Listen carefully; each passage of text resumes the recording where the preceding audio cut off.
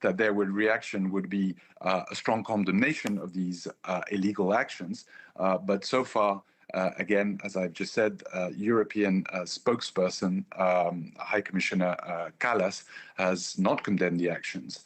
So we'll have to see what UN member states, European Union member states such as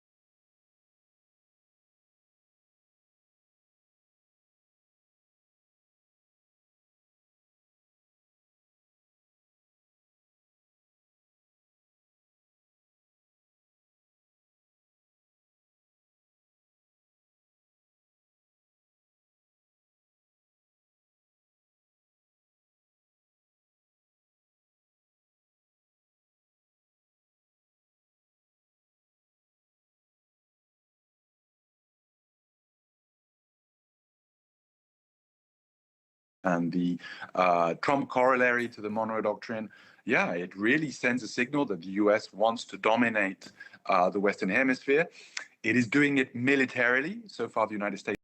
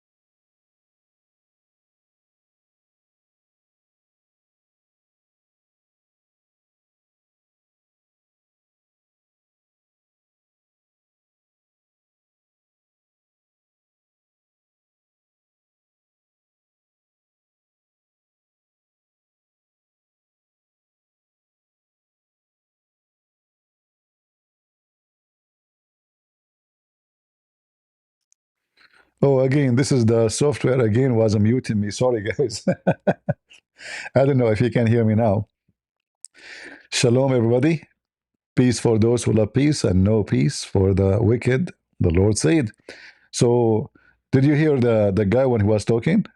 is failing to do so economically, with most South American countries having stronger trade ties, for example, with China than with the United States. So it's kind of like use of a big stick rather than. So I was saying that this guy, he was saying that USA want to dominate Western, the West, obviously America, as if it is not. What this guy, stupid idiot, is talking about? I mean, your NATO, all of it is based in America. If USA withdraw from the NATO, NATO is gone.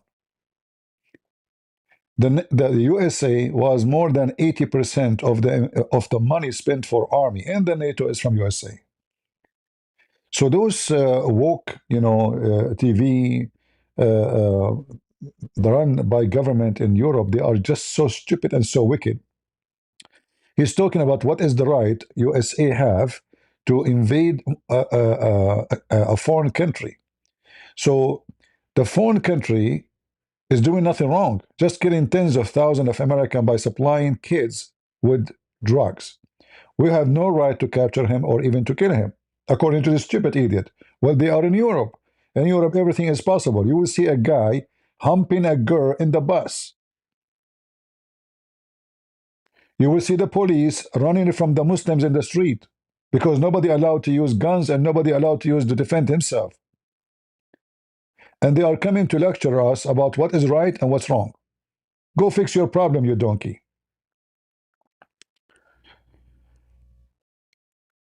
I'm so glad, actually. I'm very surprised, in fact, that he is now in Florida.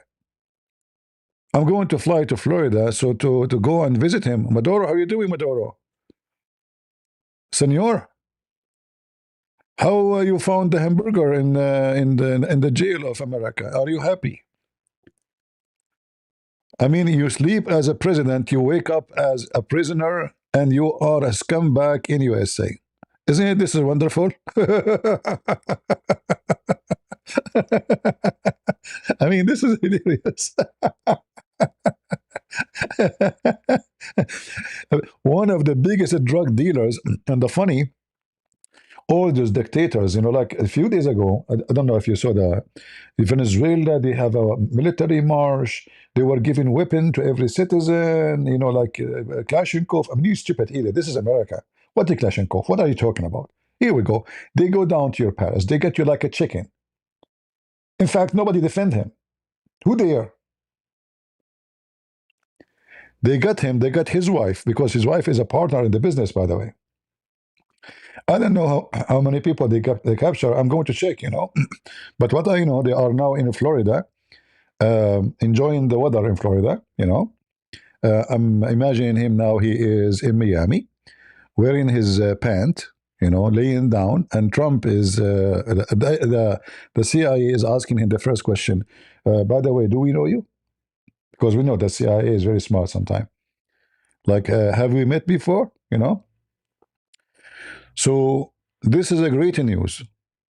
And in the top of that, actually, what will happen next, it can be very beautiful. I hope they will be able to, the resistance inside Venezuela, the one who support the real winning president, I don't know her name, she's a woman, she won the election. According to Maduro himself, 80%, she won 80% to 20. But he claimed that somebody played with the numbers, somebody played with the papers. Imagine he controlled everything and somebody played. Like, who is the somebody? Nobody knows. So I hope that the real president of this country now, because she is the president, she won the election. He is not a president. He is just a scumbag dictator. He will never leave. He's a drug dealer. I hope that will do the Iranian regime too, but their story is different. I'm sure those Iranian, they are 14, 15 floor under the ground. I am assuming here the surgery is way easier than the one will be in Iran if they want to do it. Trust me, if they want to do it in Iran, they can do it. But it might be more costly, Like, imagine they went to his palace, they capture him, they capture his wife, not a single soldier injured. What kind of army this guy have? Nobody defend him. Why will attack North Korea, my friend? First of all, North Korea have nukes. This is number one. Number two is to protect their neighbors, not us. Because by the time missiles will arrive to USA, we will be able to deal with it. Number three, North Korea is not a threat to USA directly. It's a threat to South Korea. But if North Korea try to do something serious, then America will deal with it. But this guy is just in the border. He's a few kilometers away. And the drugs come in every day. Even in New Year Eve, boats were coming carrying tons of drugs. So I'm very glad that this has happened, and I'm very glad that the woke is upset. They love Maduro. They love Maduro. The government says his whereabouts are unknown at this stage. It comes as people in Caracas describe explosions and low-flying aircraft sweeping through the capital overnight. Look at this, look. Maduro's government accusing the US Look at of this. attacking civilian and military installations. This is American airplanes. They are flying as if they are going for vacation. Do you notice? This is American airplane. Huh? Do you see how they fly low? They are flying low. I mean, look at this. You see, you don't fly such a low because this will make you exposed to missiles. I mean, even bullets. But obviously, they know what they are doing. You know, we will not teach. The proof that they know what they are doing, they were successful. You know, look at this. So they have an attack first. They launch an attack. You know, obviously bombing, and then our you know Marines. I'm assuming the Marines is the one who do that. They jumped, they captured his ass, and they put him in an airplane and brought him back to Florida. It's US flexing its military muscle. We'll have to see what the long-term consequences are of that. But I think, yeah, today marks a historic. Yeah, we have the long-term consequences. Yeah, long-term. You know, who dare to make a consequences to USA? Are you stupid? Are you stupid? Seriously? The long-term consequences, potato. The long-term consequences is the drugs, and this guy he is bringing Iranian and Hezbollah and bringing every enemy to USA to the border. This is the consequence. The consequence is that Venezuela will be rich again, will be great again. This is the most rich country in oil in the world. Saudi Arabia is way behind. This is the consequences. People will live. People will have food. Get rid of one filthy dictator communist man. As simple as that. Communism never brought wealth. Check them one by one. They are filthy, they have no ethic, and they are trash. Let the people of Venezuela enjoy their freedom, enjoy their oil. This, you know, Maduro, he sold all the gold to Emirat and Qatar. Can you believe it? All the treasure of Venezuela is sold. He's out of money. Day, and there's going to be a lot of lessons learned by South Americans in terms of how they. Exactly. A lot, big lesson to South American. Maybe next we go to Cuba, and we free Cuba from this dictator who killed the Christian. You know, imagine many. They wear a T-shirt of this guy with his name Viagara. I don't know what his name. Viagara for the butt. They put his picture in their T-shirt. They do not know that this guy he killed thousands of Christians. He put them in the churches and he burned the church with them.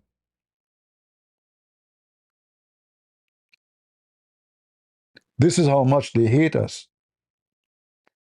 So I hope next Trump, he will send a message to the Cuban, say, we are coming to free you, especially that Marco Rubio is from Cuba. So you have the foreign minister already in USA is from that country. His parents is from there. So it's going to be very and possible that Marco Rubio, who is the foreign minister in USA, will convince Trump that let us go to Cuba and take this ruling team in one airplane, wrap them up, bring them to USA jail, make an example of them, and free Cuba and make. I mean, people in Cuba they are living in the 60. Who can afford to buy a phone in Cuba? Even what phone is actually? Electricity is electricity. Wherever those stupid communists they go, things go wrong. They buy your heart by speeches. We will make you, we are equal, no rich, no poor. And then they got billions in their bank account. And you die. Must deal with this threat of the United States just being able to bomb a South American country like that. We're seeing reactions. Lula has reacted, Brazilian president has reacted strongly. We've also seen the Mexican president, Claudia Sheinbaum, react strongly. Yeah, the president of Mexico, she gathered more than 180,000 Mexicans to support Gaza. We know who they are. All they are socialist dogs. 180, I don't know if you saw the video. 180 poor Mexican Christians supporting those who love to kill them. They go there, Mexican, look, you are victims, and those Mexicans, they cry for them. You don't know what they will do to you. Go, send your kids to Gaza and see what they will do to them, just because they are Catholic.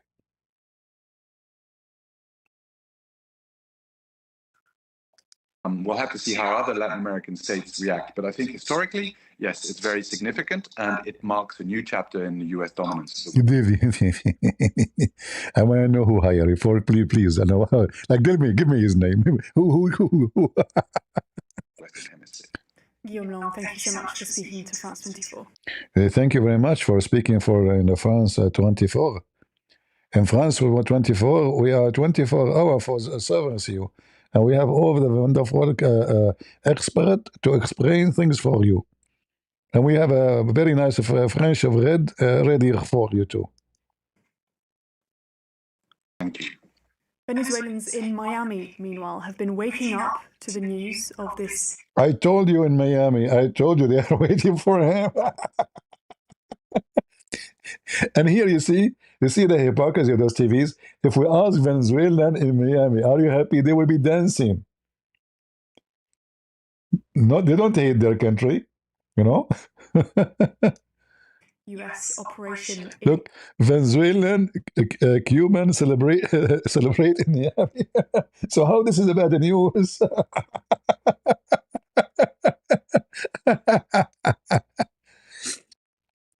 And Sakar Carson is upset. Somebody told me. I did not see what Sakar Carson is saying. For sure, he will be upset. Sakar Carson.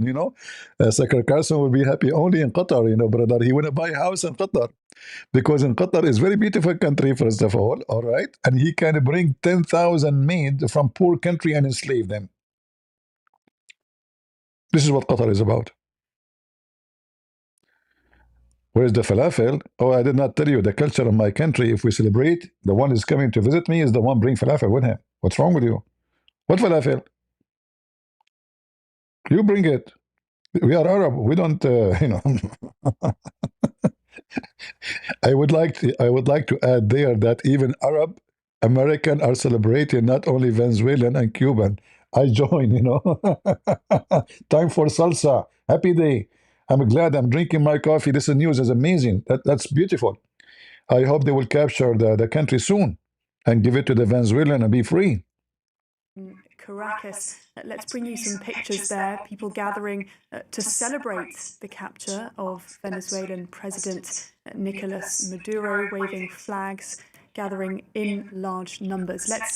Those are paid people by Trump. Are you kidding me? Look at her. She is looking back, see when I'm going to get paid. Trump. This is fake news. And those are not Venezuelan. It's obvious they are from Hong Kong. You think you can fool us? They are not happy. This is intervene in their country. They are very upset. This is why they are dancing. In fact, they are dancing from pain. We have to do the right analyst for the news. Those are not dancing from happiness. Let me play it again. Here we go. I will prove it to you. Look at this face. From corollary to the Monroe Doctrine, yeah, it really sends a signal that the U.S. wants to dominate. Wants. It's not dominating yet. It's not. Want.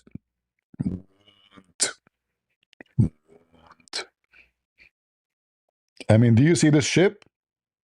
You just discovered that USA want to dominate. I mean, this is a city. This is a city is moving. Huh? Nobody have like it. And America want to dominate. Want? You're genius. I don't know how many baby your mom she had like you, but I hope not too many. The Western Hemisphere. It is doing it militarily. So far, the United States is failing to do so economically, with most South American countries having stronger trade ties, for example, with China than with the United States. Guys, look, America failed. I mean, those people are suffocated, and he say America is failing. But this guy's talking about when you say they have more tie with the Chinese is the end of the world, and they are not even able to reach. I mean, USA just sees a Chinese ship just last week. What the Chinese can do to them? What Putin can do? Here we go. Call Putin. I mean, you're just a stupid idiot. Where did those people come from? So it's kind of like use of a big stick rather than the use of a carrot, if you like, in the region. It's US flexing its military muscle. We'll have to see what the long-term consequences are of that. But I think, today marks a historic day, and there's going to be a lot of lessons learned by South Americans in terms of how they must deal with this threat of the United States just being able to bomb a South American country like that. We're seeing reactions. Lula has reacted, Brazilian president has reacted strongly. We've also seen the Mexican president, Claudia Sheinbaum, react strongly. We'll have to see how other Latin American states... You know, when they say they acted strongly, what does that mean? They put their finger in their mouth? They acted strongly. Guys, I'm going to react strongly. I'm going to post a tweet. Okay? They reacted strongly. That's very strong. Hold on, hold on. I'm going to wipe the floor with the Trump. I will react strongly, and I will post a post in Twitter. That's the strongly? Potato. Strongly is to come and capture Trump the same as he captured them. That is a strongly. Not by making a post in Twitter, Potato. Huh? This is something you do with your mother-in-law. I guess you even your mother-in-law will not dare to do that to her. Potato. Where this guy coming from? You know, when I was a kid, I learned some English, and I learned it says when it's rained too much, they say it rained cats and dogs. I was confused about like it rained cats and dogs, and now I know where the cats and dogs are coming from. It was a bad rain. Go. It's react, but I think historically, yes, it's very significant, and it marks a new chapter in the US dominance of the Western Hemisphere. Guillaume, thank you so much for speaking to us. Thank you. Thank you. Venezuelans in Miami, meanwhile, have been waking up to the news of this US operation in Caracas. Let's bring you some pictures there, people gathering. So anyway, obviously, Trump, he made history, really. Finally, somebody, look, although those are Venezuelan and they are, they wake up with a great news. That's very nice. I have to say thank you, President Trump. You are the man. You did not talk. You made it happen. And I hope now they will be able to instate the real president, the woman who won the election, and she will come back, and Venezuela will become a great again, and people in Venezuela will live in peace, and she will fight all the gang and the drugs, and she will clean her country from all the garbage. South America badly infected, badly. Look at those. They are talking. Look what they did to South America. South America became the hub of drugs. It is the last place to be called home or a house of peace. Cartel controlling countries. Armies fear them. Police fear them. They have money more than the government. This is the situation in South America. And finally, we have a president. He is willing to change that.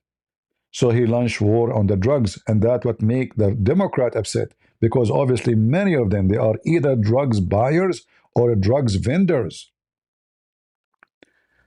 Why congressmen and women from the Democrat will be upset for killing drug dealers? You tell me. And they speak about a human right.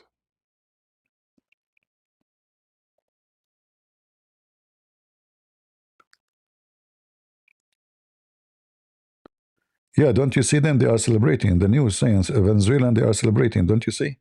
And this is the news which anti-Trump.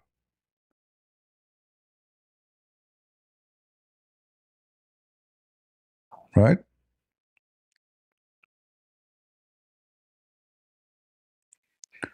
Here they are saying he did not know where he is. No, he was moved to Florida, but maybe after that they will move him to a different place.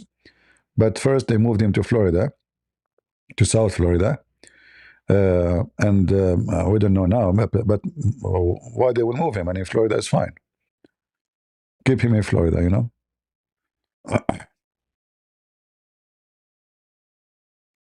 No, it's not only they consume the drugs, they, you know, they make money from it. You see, many industry, they follow drugs industry. Let me make it simple. Even the one who they are legal. When people they are under addiction, what they do? What they do? What you can, how you can help them? You open rehab centers, doctors, hospitals, medicine, drugs to fight the drugs supposedly. All of this industry will flourish. And this kind of industry will do nothing except sucking the GDP of USA because it's a waste of money trying to fight a disease.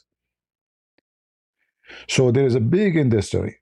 In the top of that, there is other side of the industry, you know, is influence, is control, is money.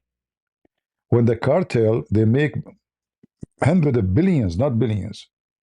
They can buy and anyone who influence election in USA. They are powerful. So the cartel, they can change even the election in all of South America, including USA, because they have many agents. For $1 million, they will say whatever you want. For $10 million, they will kiss your ass.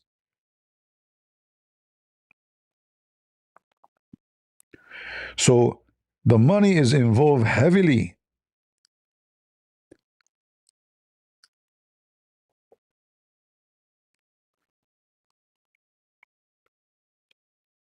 The propaganda is gone. It's not working.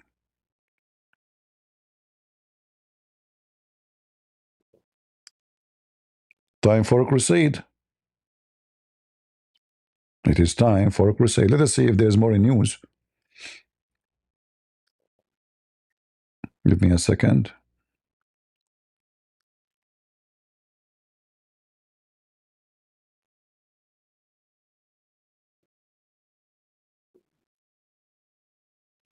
Yeah, until now I don't see much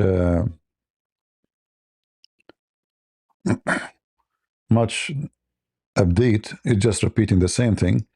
But we want to see what will happen now inside Venezuela. I hope there is a movement by people who they oppose. You know, usually when the head of the snake is cut off, the rest will be useless. So we will see what will happen. But this is for me, this is a great news actually. Why they send them to New York? I don't understand. It says now they will face persecution in New York. To Mamdani. Why you want to send them to New York? Like, are they from New York? How this guy Mamdani is there, and now I see in the news they say that they will be taken to New York, and they will be,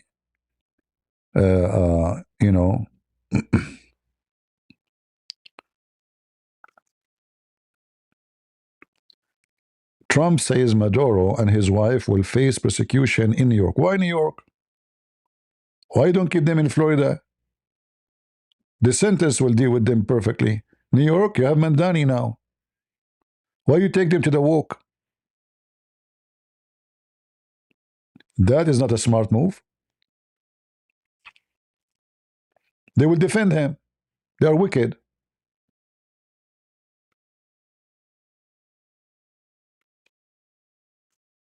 I know. Why the trial in New York? And why you need a trial anyway? Make me a president for 24 hours. I will show you what a trial means. I will try everything with them. Many, many things. Trial. Give me a break. After all of this trial, how many people killed in his prison just because they spoke against him? Trial? Man,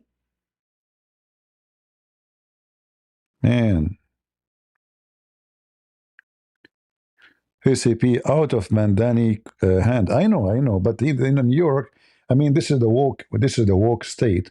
So they will be the center of the news of what's happening, and they will manipulate everything. Why you don't make it in Texas? Why you don't make it happen in, like, where the Venezuelan exist? The biggest population of Venezuelan, where? American Venezuelan, not illegal immigrant. Make it happen there, so the Venezuelan will enjoy it. They will come to the court. They will. What is in New York? The military is loyal to Maduro, my friend. The military is loyal to nobody. Those countries, they don't have loyalty. The second the head of the snake collapses, everybody will go home. To prove my point to you, when they attack him, what is the military? Where are they? I will assure you, not even 50 commandos from USA were down in the ground. 50. How Venezuelan army, massive number, were not to be found when maybe 30, 50, we do not know how many, I don't think there are many, came in the ground and captured their president. And you say to me the Venezuelan, the army is loyal? That's a good one.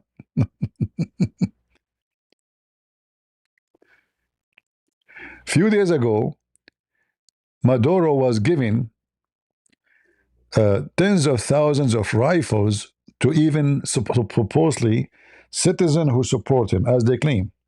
Now, we might be given for some who say they are communists like him, and they are taking a benefit. They are employees of the government. They have a salary. But in reality, my friend, reality is a different story. If this is true, then they will not be able to take him. Look at this. Pictures. If you see this, you think there is an army. Like, where is the army? Huh? Where are they?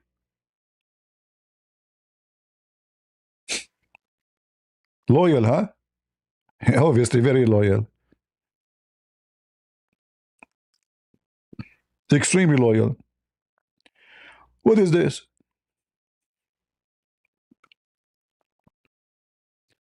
So you are loyal to me. This will remind me once.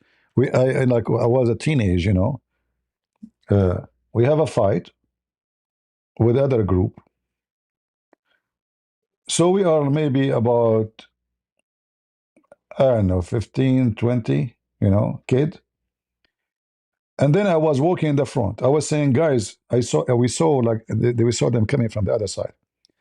I saw, guys, we will beat the hell of them. All right. And then we noticed that the group is coming is like 100, you know, it's not a 20, it's not 25. And I was talking and telling them, guys, don't let them intimidate you. And I was talking, but nobody answered. I looked behind me, everybody went back. I was the only one in the front. You see how loyal? I was the only one left alone.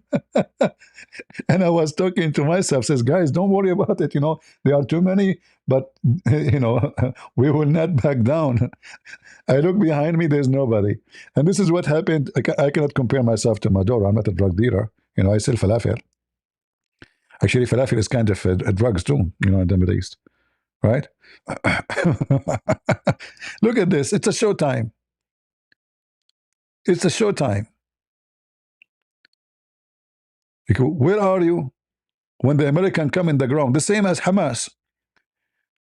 All of those, they are the same as a grave from outside. Like, you know, they try to decorate themselves. Look at the pain they put in their face. Like, they are tough soldiers.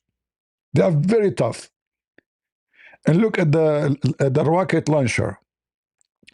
We can hit your airplane. We can hit your helicopter. And then when the American came down, nobody is there. Everybody run. Take a beer.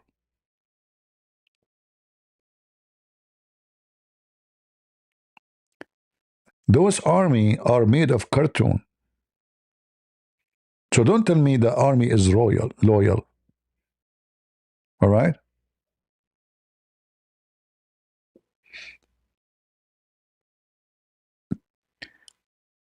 Why he flee? What to flee? If he capture, how he flee? Do you know the difference between flee and capture? Flee is when you have your wings and you go wherever you want. You are free. He's captured by the American. What flee? Hmm. I heard Russia will do anything to help. Russia hardly they can help themselves. Russia is facing bankruptcy. Banks in Russia now, they are not allowing citizens to withdraw money as before. They put a limit in how much money you can withdraw. Russia out of money. Moscow just 2 days ago was totally in dark. The Ukrainians are able to hit inside Moscow. Imagine.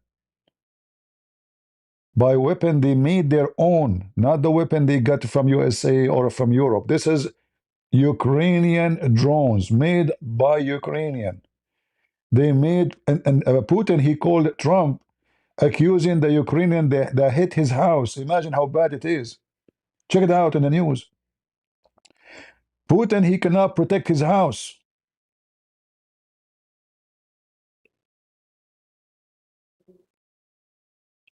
In the front of a small country like Ukraine. His house, he called it Trump. He said, no. Do you know that they tried to assassinate me? Okay, here the question is, what kind of army, this army, who supposed the second powerful army in the world, could not protect the house of the president?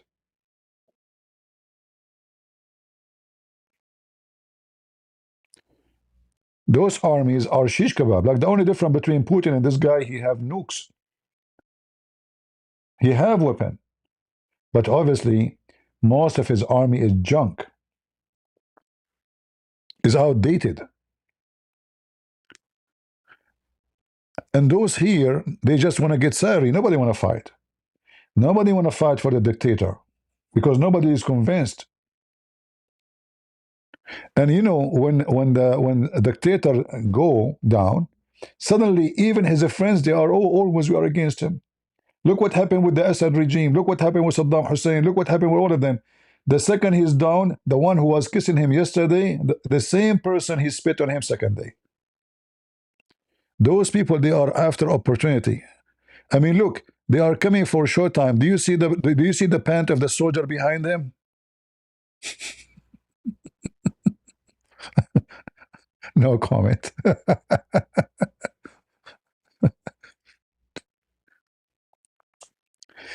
The same will happen in North Korea. If this guy die or he got killed and a revolution happened, all the people, they were crying for him and his dad, they will spit on him. When there's a dictator, there's too much emotion and love around the dictator, but it's all fake because nobody's free. You lose your job, you lose your income, and mostly you might get killed. All right? So we are so glad that 2026 started in such a way. Thank you, Mr. Trump. Trump, if you are not busy, I want to invite you for coffee, okay? But you pay for it. You are rich. Stop being cheap. Unbelievable. No, you pay for it. Okay, exactly. I'm talking to Trump. Let us negotiate. What? You will capture me? Okay, I will pay for it. Okay, I will pay for it. No, don't capture me. No. I will pay for it, man. Take it easy, okay? No, I'm not from Venezuela. Honest to Allah, I'm from Arabia. That's even better for you. I thought, Mr. President Trump, we can negotiate, okay? I thought maybe you can pay for the coffee, but now as long as you want to capture me, I will pay for it, no problem, okay? Forget about who pay. And look, he's, I'm a hero. I'm a hero of my people. I'm a drug dealer. Okay, how much drugs you want? Huh? We don't make small order, big order only. Hey, Trump, let us negotiate. Trump, he says to him, sure. I will send my soldier to you.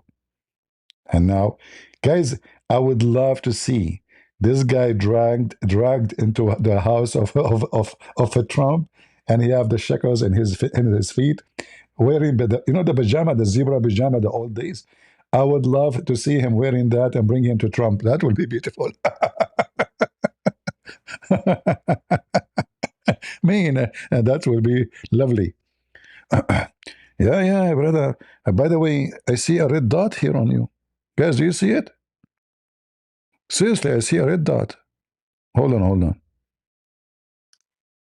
Hold on. There is something fishy here. Yeah. Look how big the army. Look how big. But when we need them, nobody is there. Let us see. Where is the picture? Oh, this is a video. Too bad we cannot zoom, because I don't know if you can see the red dot. Can you see it, guys? I can see it. I don't know if you can see it. Is that the American? Is that the Trump is aiming at you with his laser? Showtime. Yeah, and garbage in the street everywhere. And this is Venezuela, the most rich country in the world by oil. But look at them. They need army just for gas station. They are out of oil. The richest country of oil, they have no oil in the gas station. Hello? Mayday, do you hear me? Trump, do you hear me? Guys, Trump is not listening. Okay, but we will make him hear us. We are going to threat America. We are going to bring the Chinese. Hello, Chinese, American are here. Mayday, Putin, Russian. Hello, Olga, please, who's talking? Olga from Russia. Okay, Olga from Russia. Can you call President Putin to tell him that the Americans are invading us? He's in bathroom? No shit. What he's doing in the bathroom? It's obvious. Okay, when he is going to finish? Unknown? Like there's a schedule? Where is Putin? Where is China? Everybody is in the bathroom. Everybody is busy. Putin now is playing chess with his girlfriend. He put the chess stones over her chest, And oh, this is not the chess, this is the nipple, sorry. Okay. You get confused when you play chess over your girlfriend chest. Yeah. So this is very, very great, good news. I'm happy to hear it.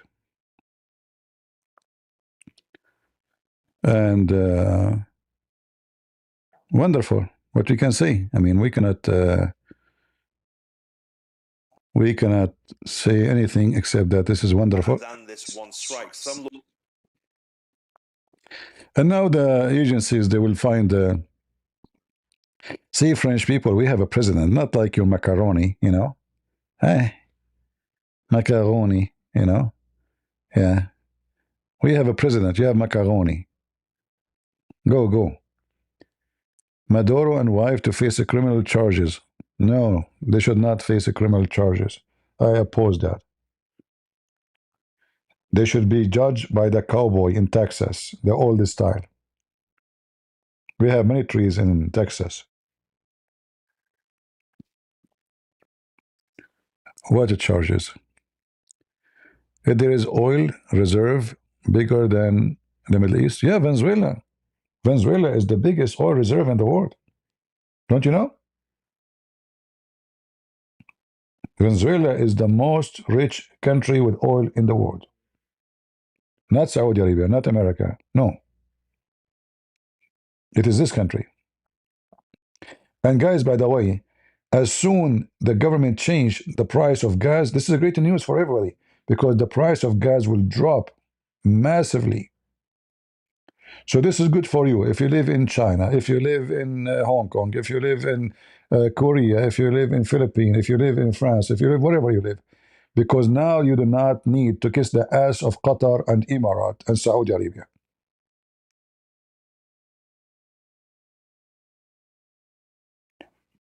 Because the first thing will happen, the sanctions will be left over. And then the oil production will go back to normal. And always, market is about what? About demand and what is available.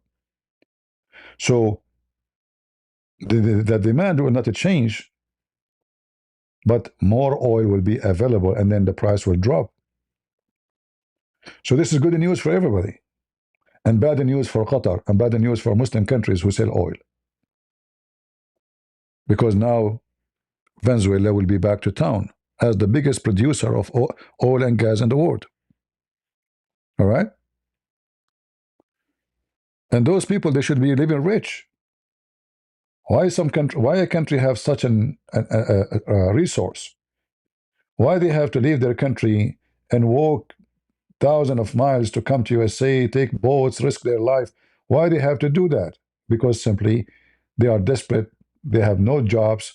There's nothing but a drug market. The country have no job except drugs and prostitution.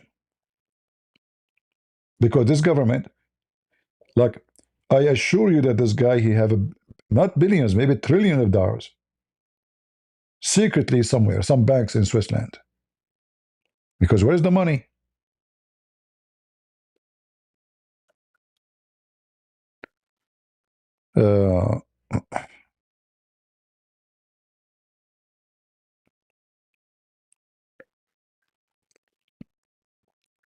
Sound like Nigeria, exactly. Nigeria is a rich country, supposedly.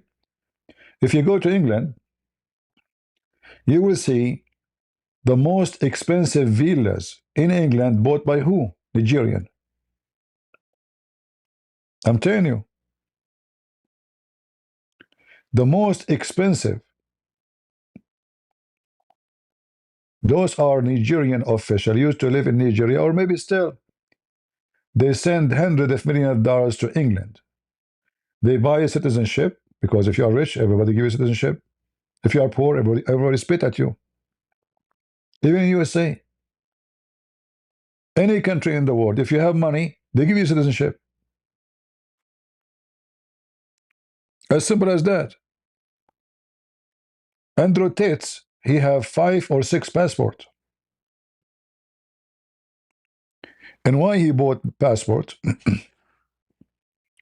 Because simply he knew he's a criminal, and one day he need to go somewhere. He need to go for a run, right? Now, for sure, this is the passport does not change the fact that his nose was big. I mean, I don't know how Maduro look like now.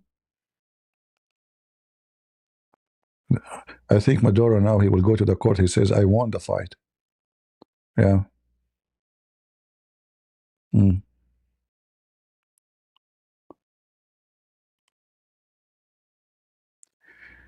Is this the time to buy or sell Venezuelan stocks? I don't think Venezuela has stocks. They do? I don't know. A communist country have stocks? I don't know about that. I never search it or check it out. But I don't think they have stocks. It's a communist country. All right? This is what will happen to you if you face us, potato. We will make your nose big and your lips like the blanche for the toilet seat. And then you go down in your knee. I can beat everybody. I'm so strong. But when I walk in the street, I need a bodyguard with me because they are chasing me. I am the Matrix attacking me, the Matrix. By the way, who took you down on the ground, the Matrix? Must be the Matrix. Who is your sponsor? The Mahdi? The Mahdi, huh?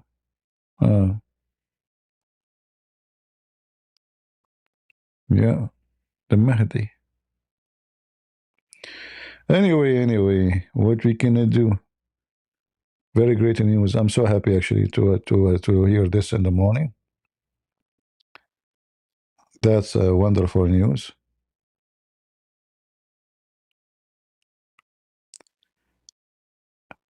Make America great again, Trump. Yeah. Time to make America great again. uh,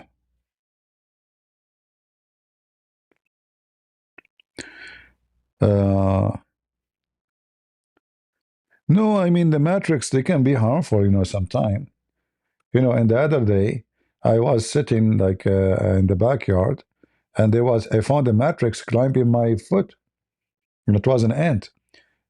Those matrix, they have many shapes, brother, and they can attack you to, like in many ways. So they are very high tech. They can take any shape, spider, ant. This is why they say, like in Argentina, they say, "Is there's an ant in your pant?" Because you move too much. What they mean? It is matrix, and matrix. Do I have to play in the matrix for anything? Like, who is the one now who captured Maduro? You know who? The matrix. I saw a video of Tate yesterday saying that he's brown. Tate, you are brown? Since when? Like, what happened to your color? You are Mr. Brown? How you are brown and your brother is blonde? Huh? He's trying to get more publicity, you know? So now he's brown. Tomorrow he's Asian. Bruce Lee, Yeah. Potato. All right, where is the news? Let us see if there's something new here.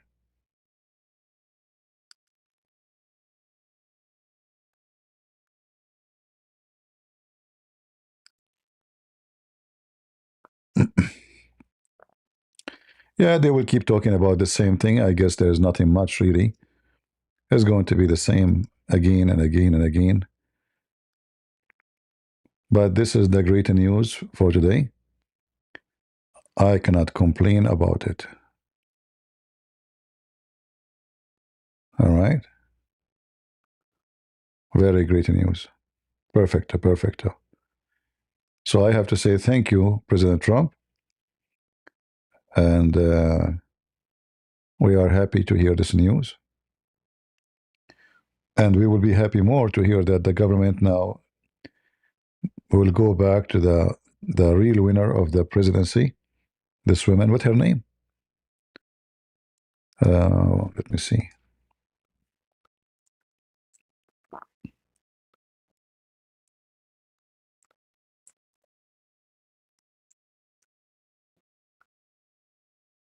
Yeah, this woman here.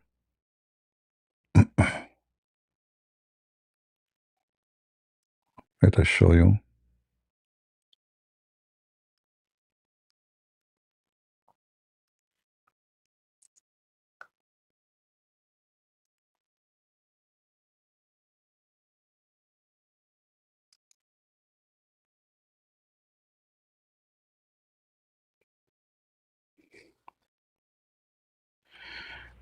They have picture of Maduro handcuff. Really? Okay, that's good. And I was wondering, where is the handcuff I used to use to capture Allah is gone.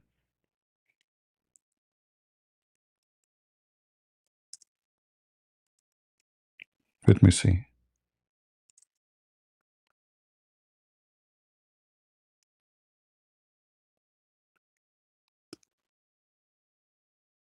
Yeah, I see him. His handcuffs for good.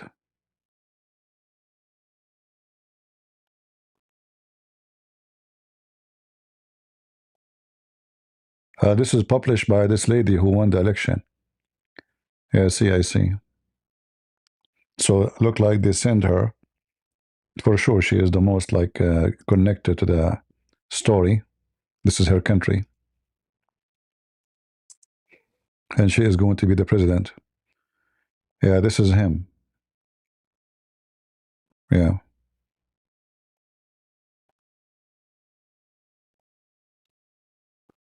All right.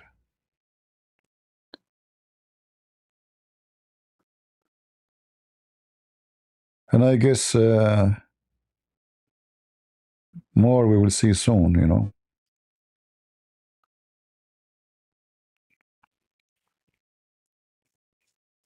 And look, guys, look, who is down in the ground? DEA. Which make you officially a drug dealer. That means they are capturing him as a drug dealer, not as a president, you know. That's a good one. Oh boy. I don't know if they will allow people to attend the court. I will go. You know. What's his face? What's wrong with you? He's happy. Why you guys are so? Come on. What's wrong with you? What do you mean his face?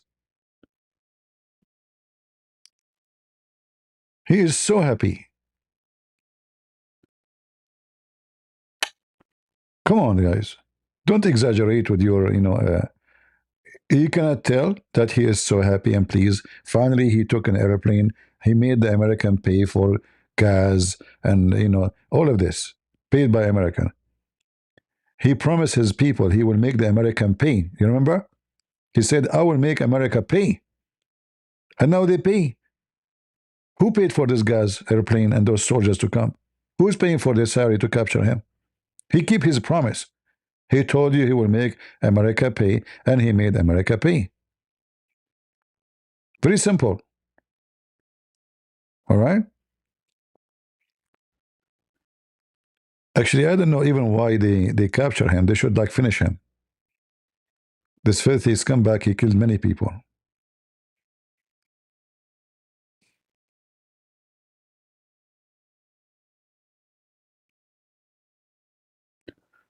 Go and see Maduro. I don't know, like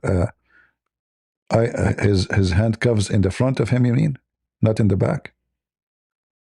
Okay, this is what I see here. I don't know. Let me see.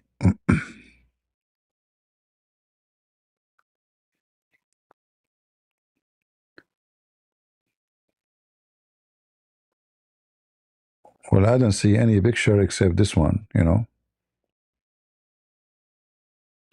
But anyway, I mean, here you can tell his handcuffs anyway, like his hands is behind his back.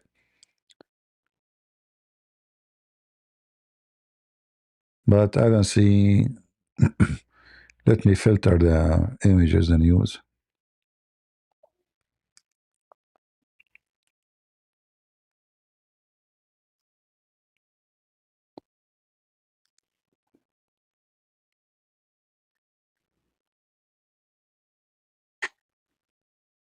No, those, I think those are, they might be, you know, just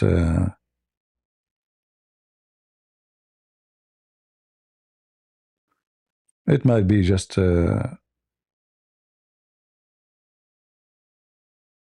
you know. I think this is AI.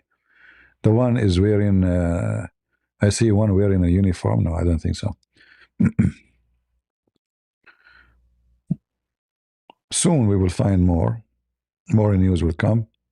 Yeah, I mean, this guy will now become the news for many outlets. You see, even Trump, he make business for those CNN boring stations. Who watched them? Nobody. Now they have news. When Biden was in the office, everything is asleep. The whole country is sleeping.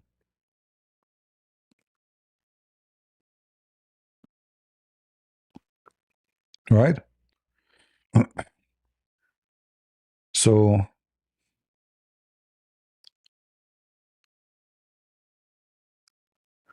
well, I will not be surprised if we see pictures of him with handcuffs. Why not? But for now, this one, I mean, come on, guys, do you want to see his underwear now? Come on. That's not, who care? We got the guy. You are too much into details, aren't you, huh? You want to see his handcuffs. What about his legs cuffs? Who care? He is in our jail.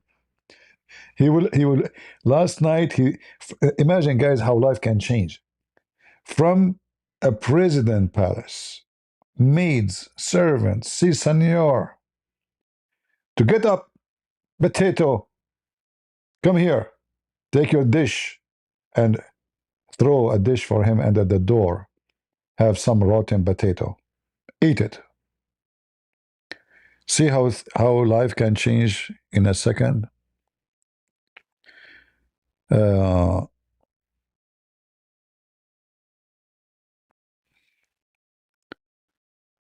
the first time in history swore over the Quran. He can swear over whatever he wants, but at the end of the day, he will be serving the homosexual, the LGBTQ. So his oath is fake. He's not even lawful to his book. He's not even faithful to his own book. Am I lying? This guy, tomorrow, the same as yesterday, he will be dancing. Half of his campaign was in LGBTQ nightclubs in New York. Go check it out. So he take an oath in the Quran. You know, he can shove it in his butt. He is a servant of the LGBTQ. He cannot be a Muslim. It's just a show time. Who is the one who made him mayor? And the one who made him mayor, he have to serve.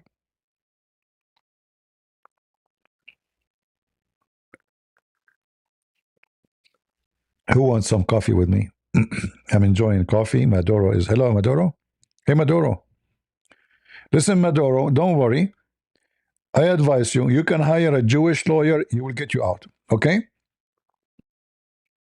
No problem. And maybe, if you are smart, you kiss the ass of a Trump, he can burden you. He can. Call Trump. Tell him, listen, senor, I have $10 billion in the bank of Switzerland. I can give them to Ivanka Trump. Not enough? Okay, I have another $100 million in other Swiss bank. I can give them to Kushner. He don't like change? Okay, I have $300 million in the bank of Qatar. Is that okay? Now we are talking? Okay. Yeah, maybe you can buy your burden. You know, Trump, he will burden you. He will set you in jail for like 20 maybe years, and then if you behave and you pay good money, they will burden you. No, why not? They will burden him. Money talk.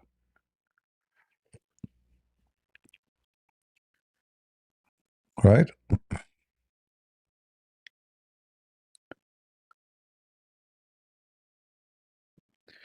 CP open super chat to fill. No, this is not for the Ukraine. Ukraine, they have their own account. I don't take money for Ukraine. If you want to donate to the Ukrainian, we have the Patreon and super chat here, so YouTube can leave me alone, because obviously they are shadowing my channel and it's not going to be seen. So we hope, and in fact, the super chat here, if did not help to unshadow my channel, I will cancel it. I will give it a try for some time, but very possible I will cancel it. Maybe very soon.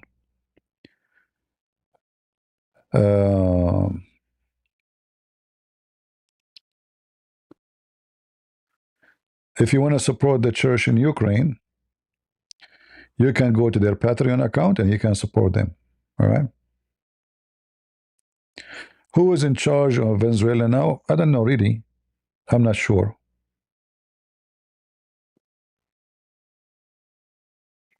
I'm not sure. But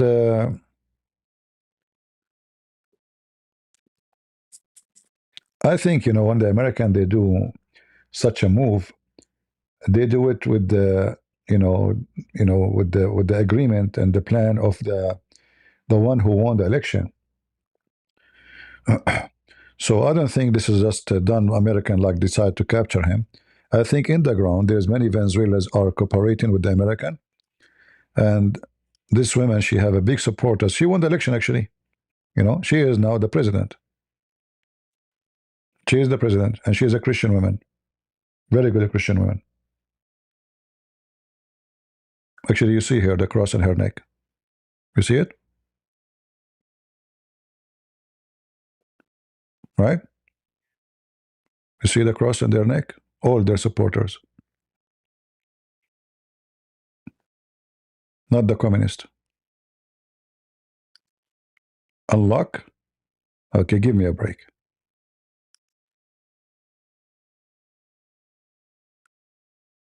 Unlock, huh?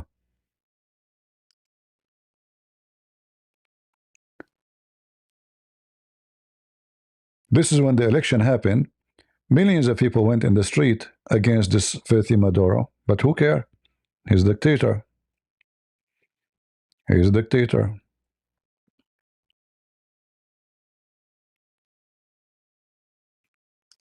I don't know if they let him take his pajama with him.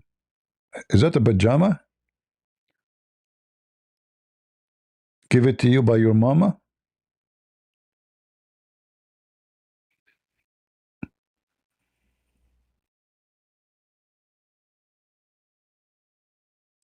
But she is also a politician. I agree with you. Always politician are politician. But you know, you can find somebody can change the course of their country. And we cannot, you know, like we do not know everything about a human being. A human being have many motives.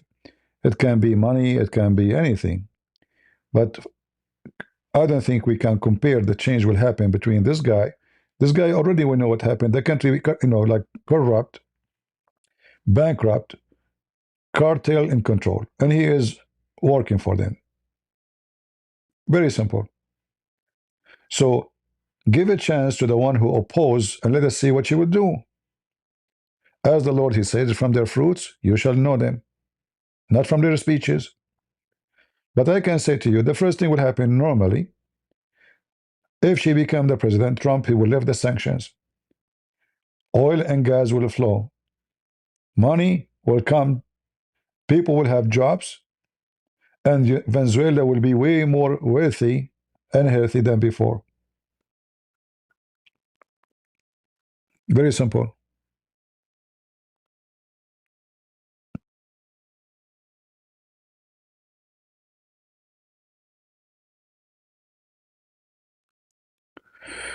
We have a friend here. He says he is a communist from Vietnam, but he worships Jesus.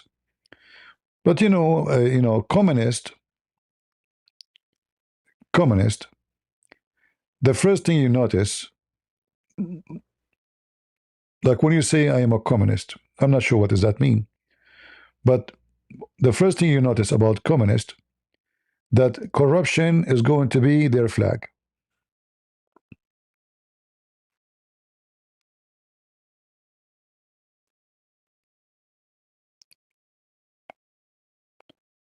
In communist countries, banks are fake. Real estate business is fake. Theft is business. So you can say I'm a communist. I don't know why you like it. But you know very well that communists could not make life better. Same time, what I know about communists, that usually they are atheists. It's very strange to find somebody support communism and they say I worship Jesus.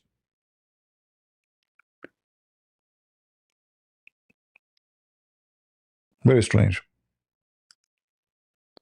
You know, the idea of communist is very appealing to many.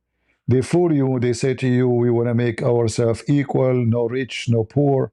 Everybody have this, we share the wealth of the country. But in reality, that's not true. If you go to Vietnam now, you see people, they have hundreds of millions of dollars in their bank account. And you will see people selling their body as a prostitute. So communism failed. It's like, in fact, it is nothing but a fake name of capitalism. But it's not capitalism to make the country flourish. In capitalism, you will find prostitution. Sure you will. You will find poor people. Sure you will. But you will find opportunity and motive. In communist countries, the only opportunity you have is to go through a corrupt system, step by step, by bribing official. In return, they blind and fold their eyes on your crimes. Otherwise, you will never be somebody. This is how communists work. Go check the Chinese industry of real estate.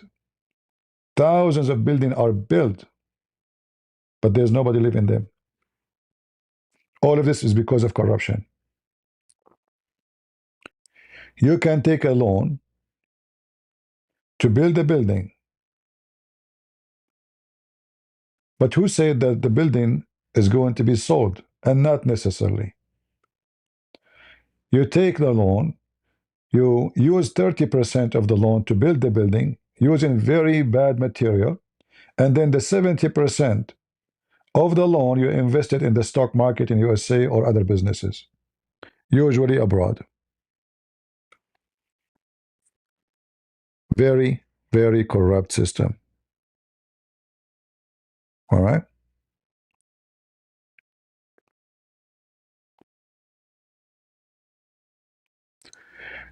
Ask yourself a very simple question.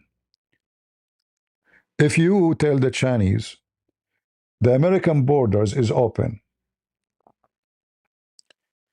and if you tell the Vietnamese, as long as you are from Vietnam, how many millions will enter into USA a day?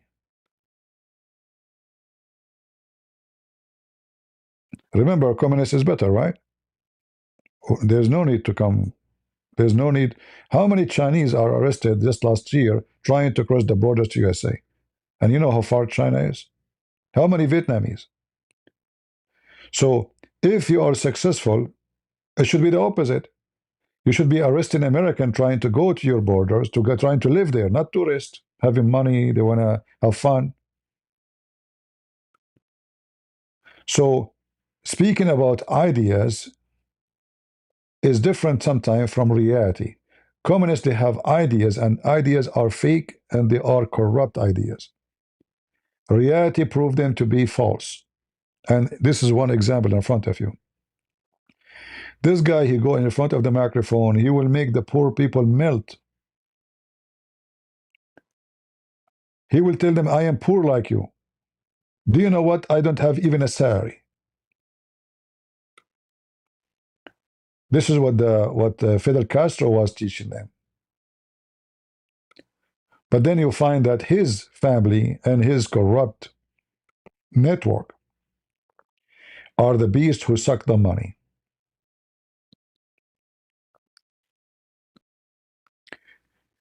You want to know how successful your country is?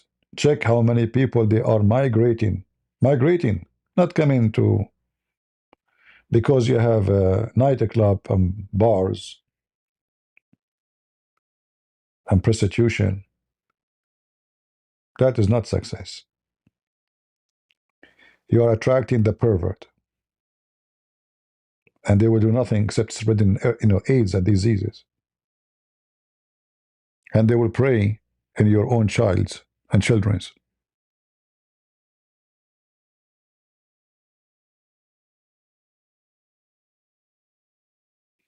Right?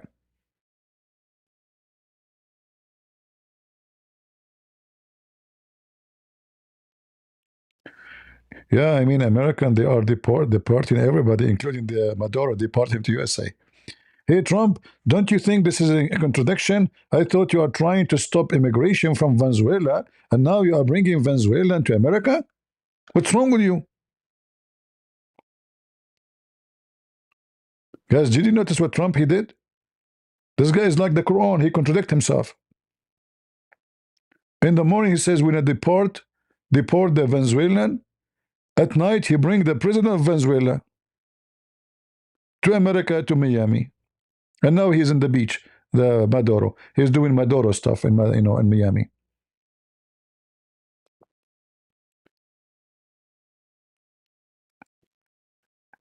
Should we change the name of the jail he is in now? Call it Maduro jail?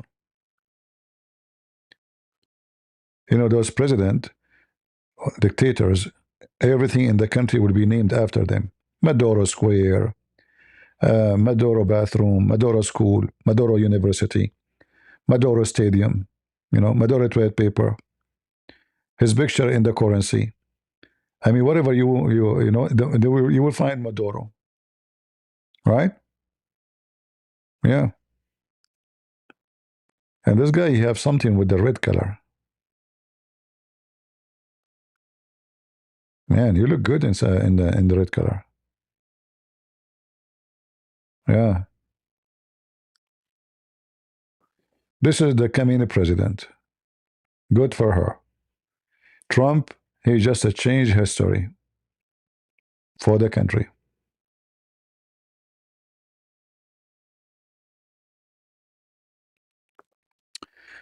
Uh,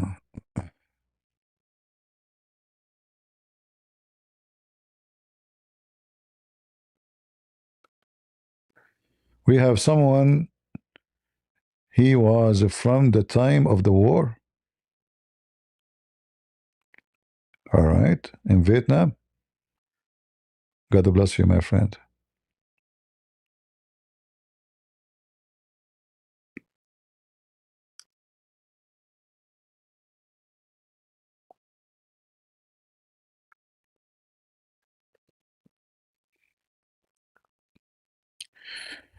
All right.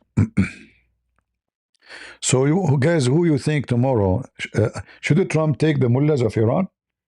I don't know. That is going to be. I mean, now after they see this, I am guessing that the mullahs of Iran, they will be like digging down in the ground, and they will have like 10,000 soldiers in the top of their hiding hole. Will be the new president of Venezuela. I don't mind as part time, but I don't speak, Chinese. This is the problem. If I speak Chinese, I will become president of Venezuela. But I think it's required to speak Chinese in Venezuela to be president, because Maduro, he sold the country to China. You know, the port, everything sold to China, right? All those South American countries, they are sold to the Chinese. Even their fishing, listen, even their fishing industry destroyed. The Chinese, they come in front of their shoreline. And the government of all those potatoes, South America, don't dare to open their mouth. Imagine they are coming all the way from China to South America to destroy the fish industry, and the government of those countries don't dare to open their mouth. So now this woman, I'm sure she will dare. And she will not allow the Chinese to hunt the treasure of how Venezuelan president election. And this is all the news. Yeah, yeah.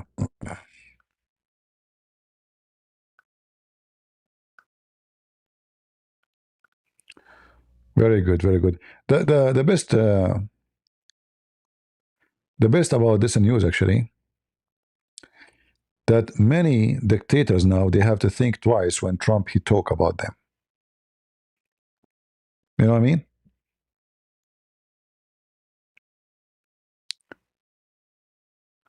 So what we understand from here, from the video we saw, they did a big strike. I think there's like forces to gather to protect the camp of this guy, and they got him. You know, easy.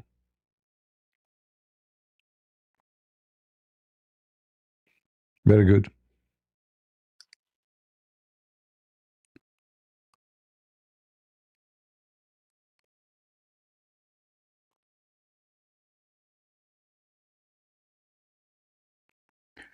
Well, you should not complain about it. You should kick them out. What complain? Complain? Somebody come into your yard harvesting your fruit. You complain? That's it? That's not right. You should confiscate those ships so they are coming to your ground and make an example of them, that you will not get it back, the ship, unless you pay a big fine.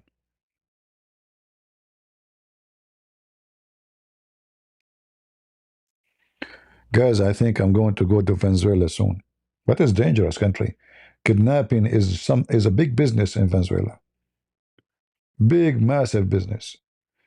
Anyone, if he have money, he have to hire bodyguards, and they have to be loyal to him, not just salary. Because the same bodyguard, you hire him, he might kidnap you.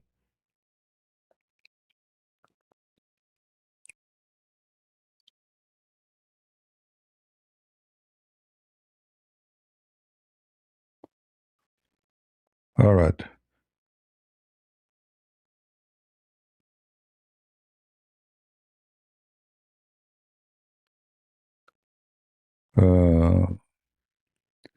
Maduro get the blondie girls. I'm sure he have a blondie girls in his palace, you know, blondie, all kind of colors. There's no question about it. Trump announced Maduro captured after U.S. strike Venezuela. All right, this is the news. Yeah, that's it. You don't have more news. I guess Trump's still sleeping, drinking his coffee.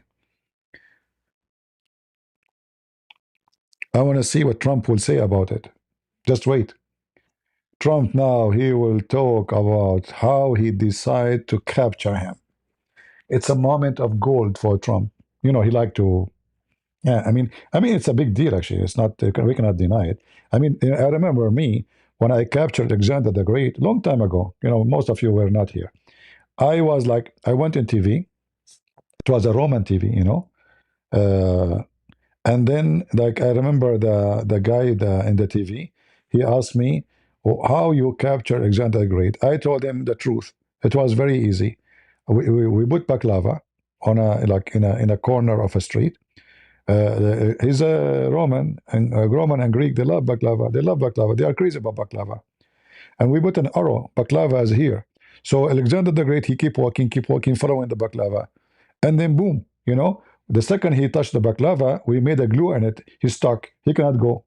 And then we came before his soldiers, and even his soldiers, when they came, we put more baklava. So they were busy with it, and they touch it, and they stuck. And this is how I captured Alexander the Great. By the way, history books don't talk about this because they will not share the truth with you because they are woke. Okay? The story is registered only in the books of a real historian. Like Prophet Muhammad, real historian, you know? Prophet Muhammad, he discovered that Mary, she is the sister of Aaron. And her father is the father of Moses. We Arab, we don't fly time or no. The matrix is not our business, brother. Huh? Yeah, and the Samaritan, they were exist in the time of Moses. Yeah, brother, they were there. Both Moses and Samaritan, they were talking together. They drink coffee. Uh-huh. So I hope you guys, you will not use the method because that can cancel my channel if YouTube noticed that I'm teaching people how to capture people using baklava, like Alexander the Great story.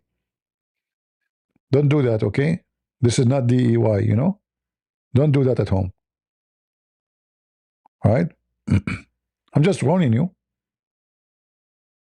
Somebody now will think he can capture, let's say you love a girl and she don't care for you. So what do? You put baklava in her way.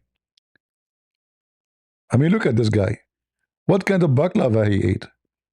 I mean, you look like you just came from the laundry machine. Like somebody can do ironing for you. Like when the last time you wash your hair? Like what happened to your hair? This is the expert in France TV. I mean, seriously, you look like a skunk just came from the hole. And the women here, she didn't her hair, and look at that, you know, how much she worked in herself. You see the difference between women and men? Men, look at this guy. He looked like he just came from inside the book.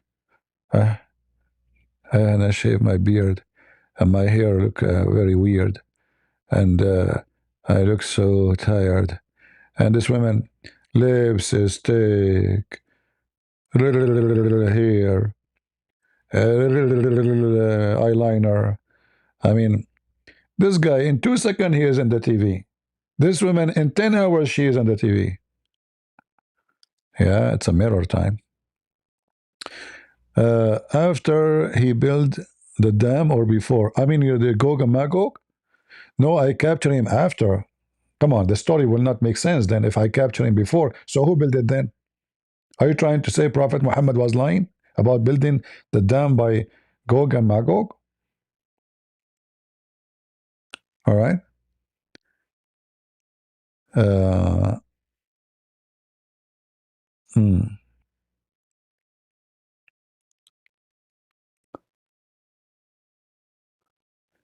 I know Trump, he warned Maduro a few months ago. But what happened when you are stupid, you don't listen? Actually, I think 2 days ago, he felt the heat and he asked Trump to come to an agreement. He want to cooperate about drugs, like he noticed that things is going out of hand and his days is to be counted.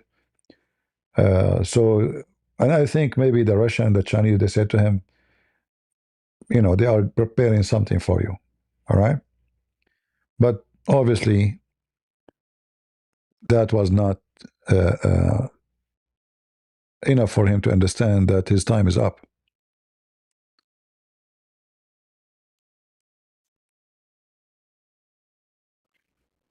All right. Trump, is he giving a speech now or he will be giving a speech?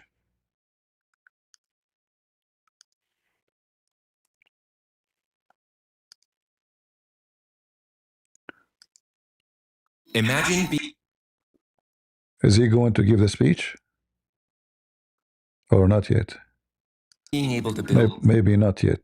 I guess still I'm looking at there's nothing there now.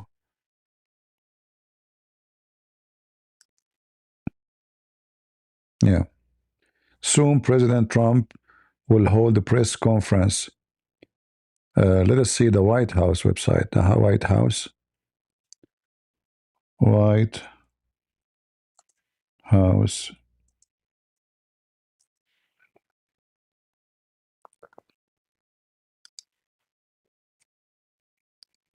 Let us see if there's any schedule.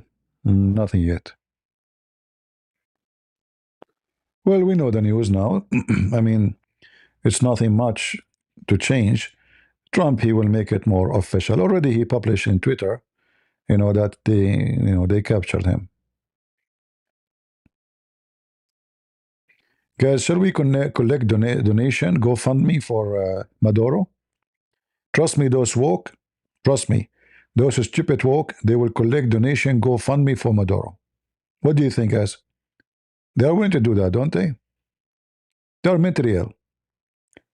You will see now the woke going and making GoFundMe to defend Maduro, our brother, the communist.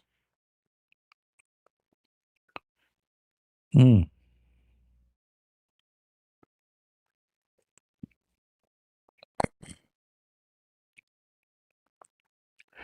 No, I think next step he will move toward Cuba, but we don't know like how far, like because Cuba is a different story. But based on that, Marco Rubio is from Cuba, so it's not going to be surprised if he was able to convince Trump to do something in Cuba too, because this is his country. You know? Yeah.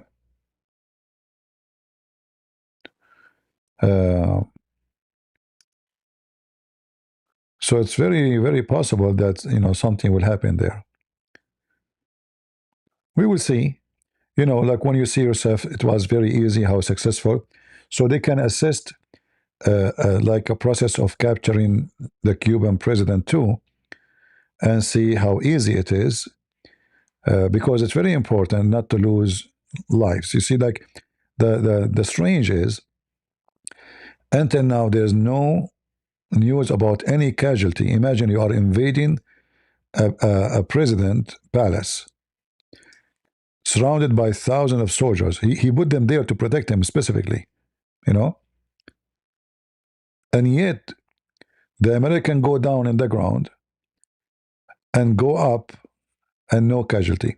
This will remind me of what happened in Lebanon. In Lebanon, the head of Hezbollah, before Nasrallah, he was captured in the way to Beirut airport. The Israeli soldiers, they went down in the street, in the highway. They have even dogs with them. The guy, he have many cars of bodyguards, very heavy armed. All the bodyguard of Hezbollah leader, they drop their weapon and they drop their pants immediately. The Israeli, they capture the guy, they put him in the airplane, they fly, they disappear in the sky. After all of this happened, Hezbollah fighter, they start shooting in the street. Allahu Akbar. It was hilarious, you know. It was really hilarious. Like, where you been when the IDF were there in the ground?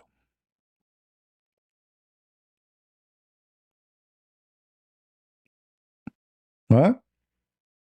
Where you been? So we do not know. We do not know what's happening now inside Venezuela after this. What happened? But I think the army, maybe the army will take over, and the army will surrender the authority to the elect president. And actually, I advise this woman, if she ever listened to me, not to trust the army to protect her. She have to bring her own loyal troops, generals, who they are known to support her. And in the beginning, maybe it's better to bring some USA forces until she filter her own security, you know, because you never know, they might try to kill her, you know. Actually, when USA saved her and took her out of Venezuela, they did a great job, because if she is there, she will be dead, you know. For sure, she will be dead.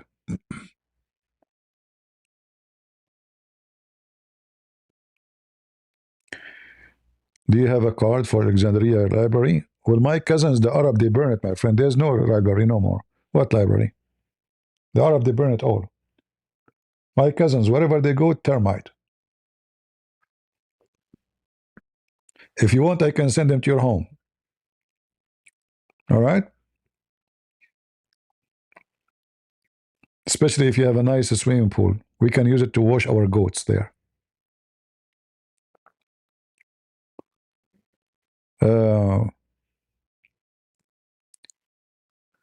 So I'm very happy for this news. Actually, I'm surprised to see this news in the morning, you know.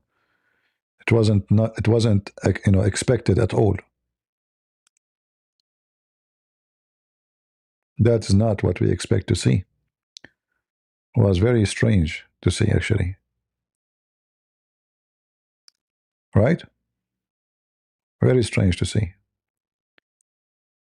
But maybe that will give a great example for other dictators.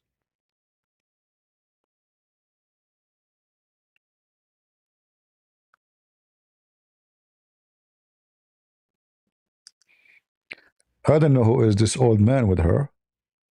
Not sure who is he. Maybe people from Venezuela, they knew. But obviously those are his supporters.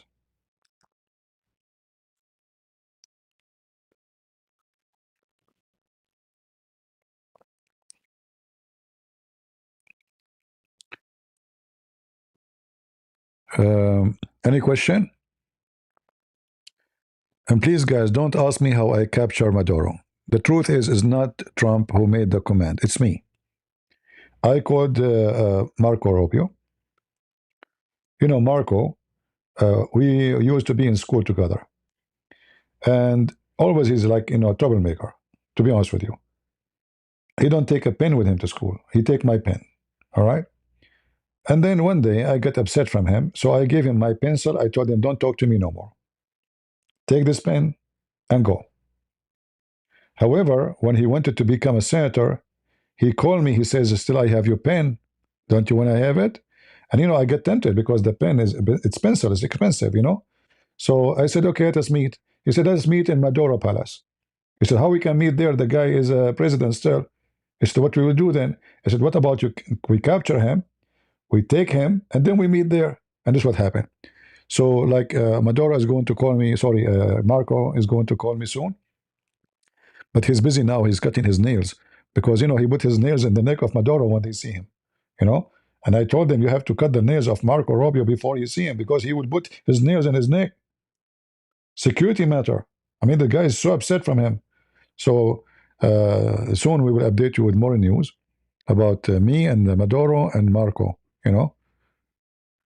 Why didn't they bring back Juan Guaido? I don't know who's Juan Guaido. I have no idea who's that. There's a new election, obviously. So this woman, she won. You cannot maybe you are talking about somebody was a president many years ago. They took him away. I don't know. Why you guys are laughing? You think this story is a true story? Are you are you high? Right? This is a true story. Okay, call Marco. Call Marco and ask him. Just to warn you, if he claimed that he did not know me, that's because he borrowed from me $100 and the pencil. He don't want to return it. And that's why, you lose your friends when you give them money. I have a neighbor, I gave her some money temporarily to fix her roof. She said she needed the down payment for the insurance company. I said, okay, I will help you. And then after that, since then, she never said good morning to me. Seriously.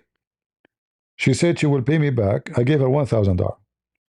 She said she will pay me back in 3 months. 3 months is gone. Supposedly, actually, every month she will give me $300, something like that. 3 months is gone. She don't even say good morning. Imagine, guys. She used to say good morning every day. Her husband is sick, etc. I feel sorry for them. I mean, the roof is leaking. I text them, where is the money? Come on. You said 3 months. And since then, they never said hello to me again, since I took the money back. Can you believe it? You try to help somebody, instead of appreciating your help, they don't want to talk to you. Trump is life. I'm afraid if we play the video, let me see if it is in the White House website. So we don't, break the... Okay, let's see.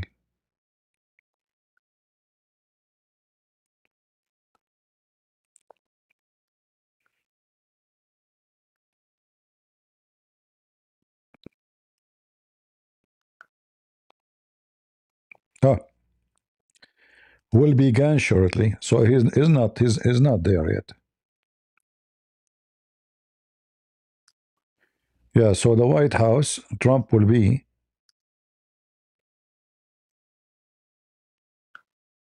live shortly. So we will be able to watch him. See, he's in Palm Beach, Florida.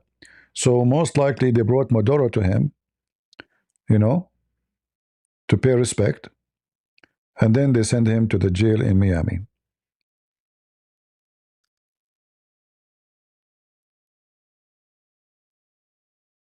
Well, he is not live yet. Don't you see here? This is the White House. I don't think he's live in, anywhere.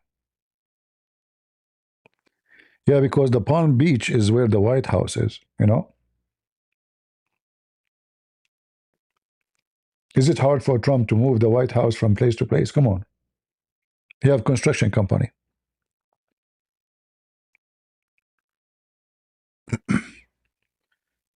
Actually, we should move the White House to a different state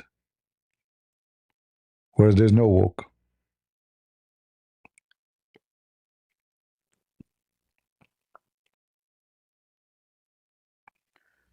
Angel, you are a prophet. You swear that Maduro will be captured today? You prophesy? Okay. Do you want me to tell Trump to start? No, don't tell him. He will call me, don't worry. We will be gone shortly. So he might be do first like a little speech in his TV station to sponsor it, to make it more popular. And then he will make a speech here in the White House, official speech. Because until now, there's nothing here. This is live. You see, we are not like free. The feed is live. So already they are live, but he is getting ready to talk. So it might be he will talk for a few minutes in his TV station, and then which is bigger threat to USA, communism or Islam? Islam is a threat to the whole world, not to USA, you know. Islam is an ideology. Use communist usually, not the opposite. So they are more dangerous. Like you see in the Muslim, they use the communists in USA to conquer. Like now, Mandani, he's a Muslim. He supports Al-Qaeda, obviously. His lawyer now is lawyer of Al-Qaeda. But he used the communists and the socialists to reach position. The same as Obama. So Islam is a sneaky, very filthy, sick religion.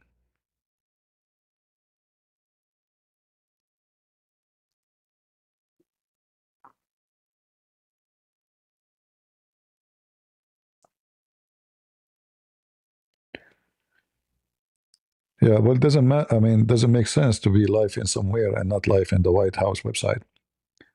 We don't know. You will see.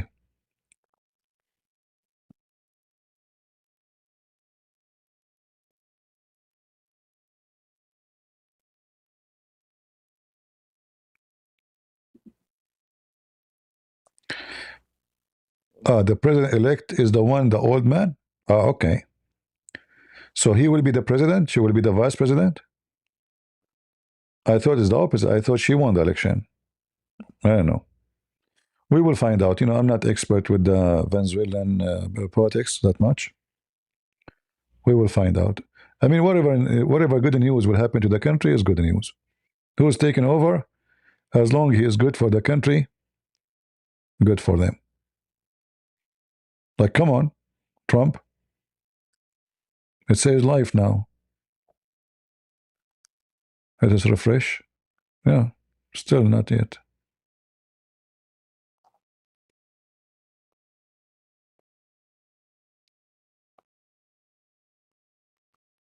Yeah, until now, there's nothing.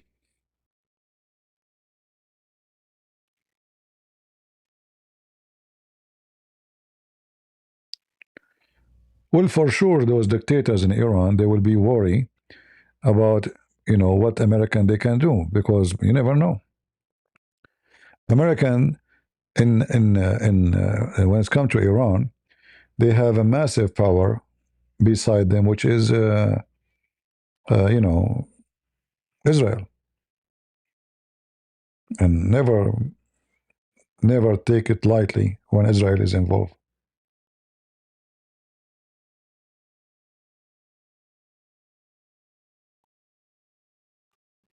Will be nice, actually, if you bring Maduro, he put him on his knee in the front of him, and he gave him the microphone. Hey, Maduro, when you want to say something? What do you think, guys?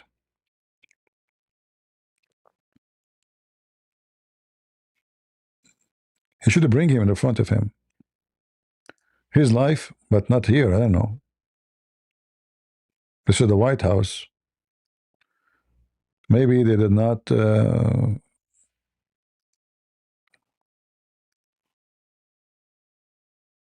I don't know, like because there's 77,000 people waiting for this feed here. This is still in YouTube, you know. This is still in YouTube. 77,000 people, you know, waiting, and yet there's nothing yet, you know. So we are not the only one who's waiting. It's a shame that someone like me waiting for someone like Trump to talk. It should be the opposite. But life is not fair. What we can say. As if he is the president, not me. The election was rigged. American was voting for me, not for Trump. Me and Joe Biden and Kamala. The only problem, I did not really put my name in the list for election because I was thinking about the passage of time. I mean, that took a lot of time from me to think about the passage of time. By the time I thought about the passage of time, the election was over.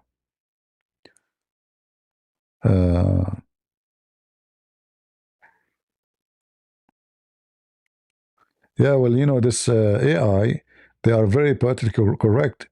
The second you ask them for something like that, they will say to you, sorry, we are not, we cannot make any offending images or, you know, yeah.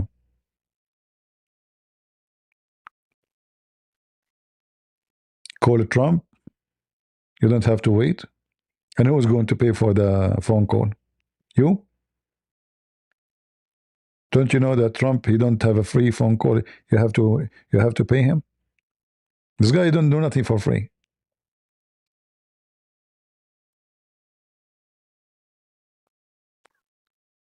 Um,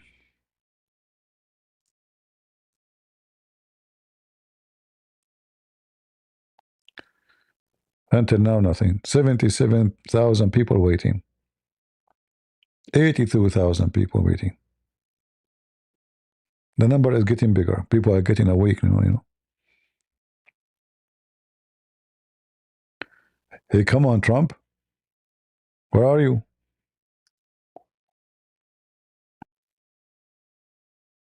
I mean, the guy, he need a half hour just to camp his hair.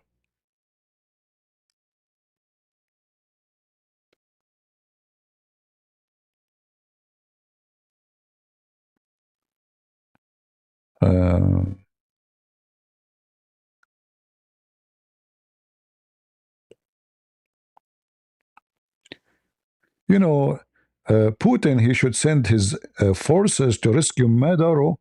Putin is very powerful. What happened to the president of China who have a treaty with Venezuela? Where are you? Hmm? Is it true that when Muslim they say Salaf allowed Allah to call Father? No, no, this is absolutely lie. Where it says? Where it says that? When a Muslim he say to you such a stupid thing, this is a stupid kid, this lesbiano, he came with this, and they start carrying it. Muslims are just a bunch of dumb, because if Allah allowed him to call him Father, that will not change anything, because still he is their father. Like, what does have to do with the Trinity anyway? So, and same time, ask them, what is the reference? Liars, you know. Show us the reference. Where in history of Islam anyone says that? Nobody.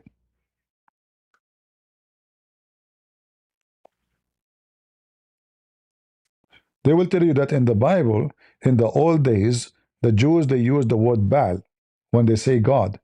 But that word is used as word mean God, not Baal, the God of the pagan. But it's not the same. This is not a name. Father is not a name. Our God, his name is not Father, you know. That's not his name.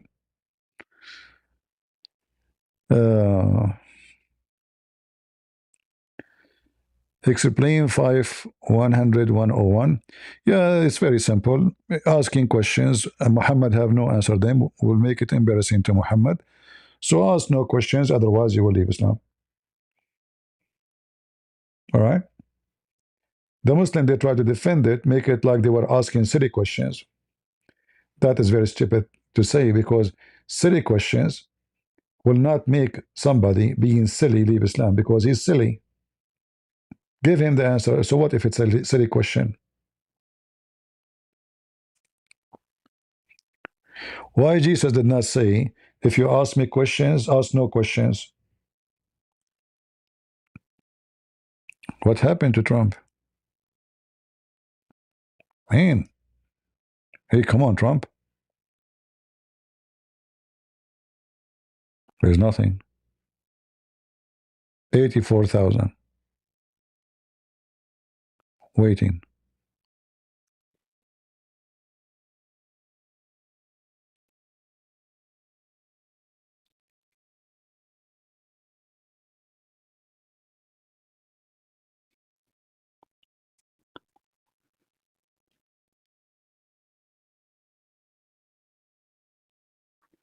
All right, we are waiting for Trump, and obviously until now there's nothing. I have the audio on, so if he came on, we will hear him. Let us see if there's any other news. Anyway, Trump is the one who had the news. Who have the news now beside him? Nobody.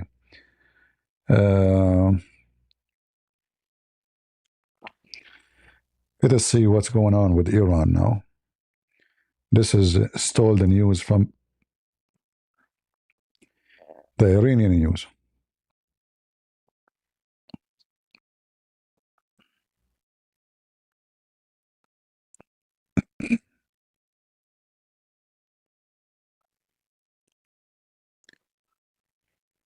Yeah.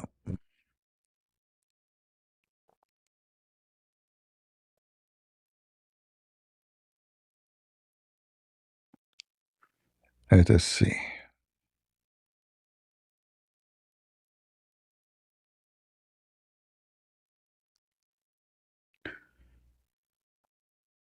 Yeah, still, let us see, still the same news from Iran. And you know, the funny that the Iranian agencies, official agencies, they deny that there is any problem in the country. At the same time, their Ayatollah al-Khomeini, he said those riot, we have to put them in their place. So in one hand, they deny that there's any riot, and this other hand, they confirm it. This is how stupid they are. You know, there's a riot or there's no riot.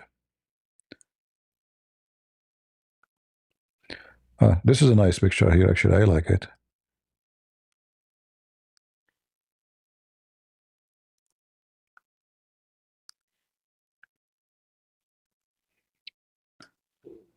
But the one in Syria now, he will be down soon too. Right? He's no better. He's a terrorist. Yeah.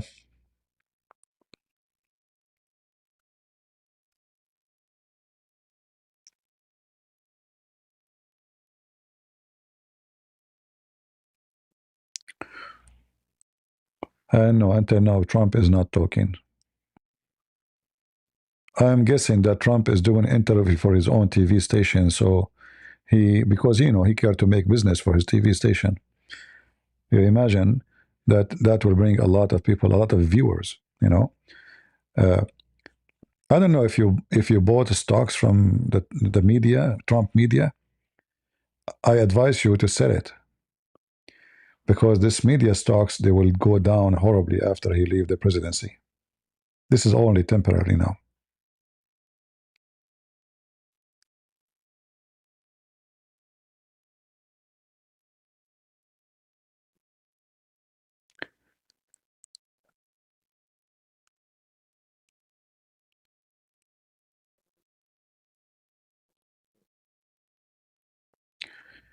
The only party which is fighting Islam is for Putin. Well, that because they're ignorant, no problem. Still, you vote for them. You see, they are for Putin, but don't they know that Putin, he built tens of thousands of mosques in Russia? Don't they know that Putin, he made a law to forbid anyone to insult Muhammad? Otherwise, he will face a consequence of jail for a long time. Don't you know? You vote for them and you educate them that they are wrong. All right?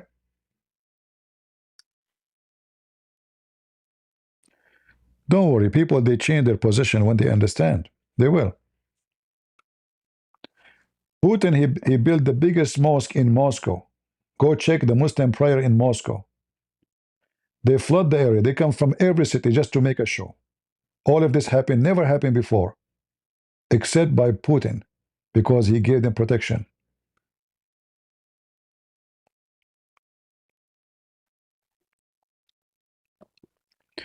CP don't say that Trump need money, viewer. He do. Trump, he love money. Don't give me a break.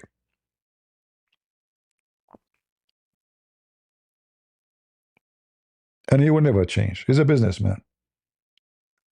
Show him gold, he look at you. Such a mentality, You see, I voted for Trump, but doesn't mean I will not be truthful when I speak about him. This person, he loved money. As simple as that. When he look at a person, he see money.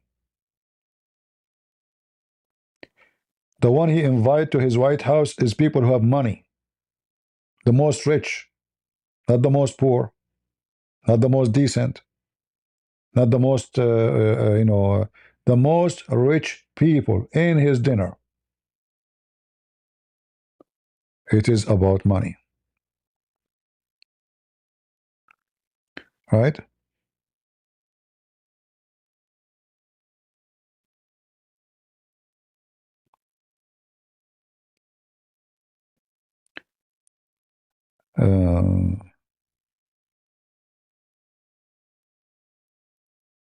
This is why all his decisions, even now in Maduro, it's not about dictator, it's about money. This guy, he calculate numbers. If we take him down, we replace him with the president who is a friend to USA. We lift sanctions on Venezuela. The oil price would drop in USA, not only in the other country in the world, because Venezuela is so close to USA. And that will affect the economy in USA, because the inflation, big part of it is because of oil. Already the oil is down. But now if things work as a Trump he want to work, is going to be maybe $1.50. That will have a huge impact in inflation and the value of the dollar and the labor and everything. So everything he do is about money. I'm not saying is like in this case he's wrong. No, I mean he's doing something for the benefit of his country. The stupid Biden and the socialist, all is about their own fame, how they can stay in the chair and how to make money to their pocket. Trump, he make money to his pocket, but not by doing this. He do it in different way. So now I am the president. Saudi Arabia, they want to make me happy. They give contract to my kids. Qatar want to make me happy. They make contract to my kids, my company. And he do it legally, let us say. Between two bracket. All right? So Trump, he love money. They love money too. But the Trump, he do it in different way.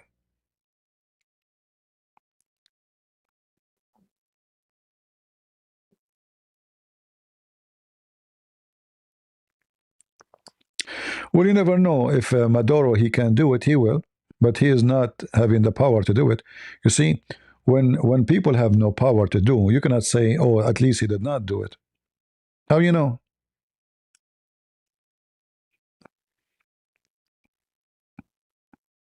Yeah, until now, there's nothing. There's nothing here.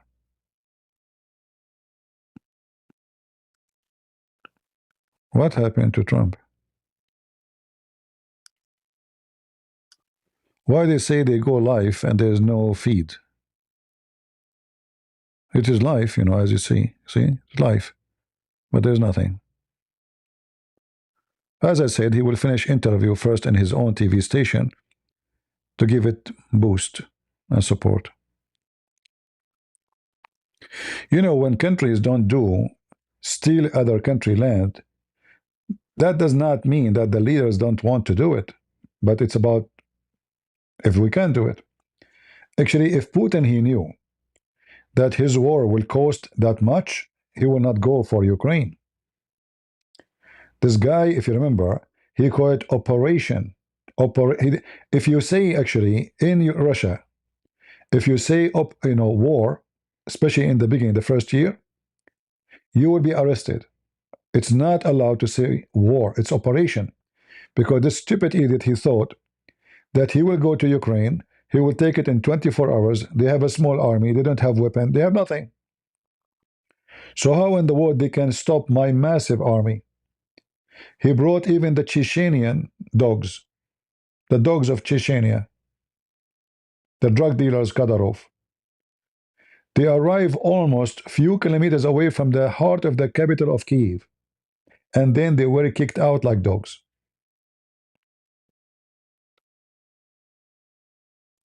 He never thought that those Ukrainians will fight. This is why he quit operation. So what is supposed to be 24 hours picnic trip, it turned to be a 4 years of a very massive, powerful war, and the Russians are losing because if you gain a little town,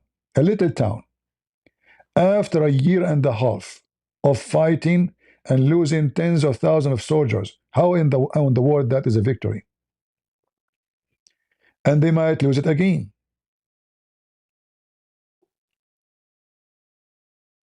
And just 2 days ago, we saw how the Ukrainian, they were able to reach all the way. Putin, he called Trump complaining that they hit his house.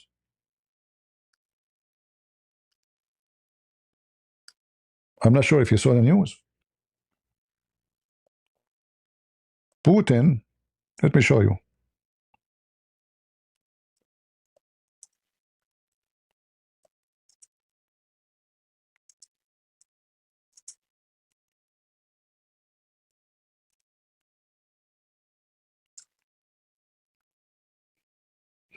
All right.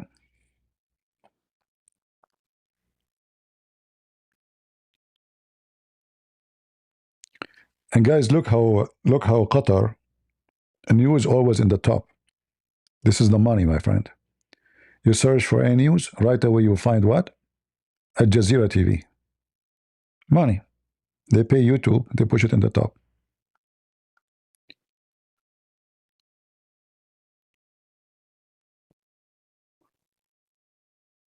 See?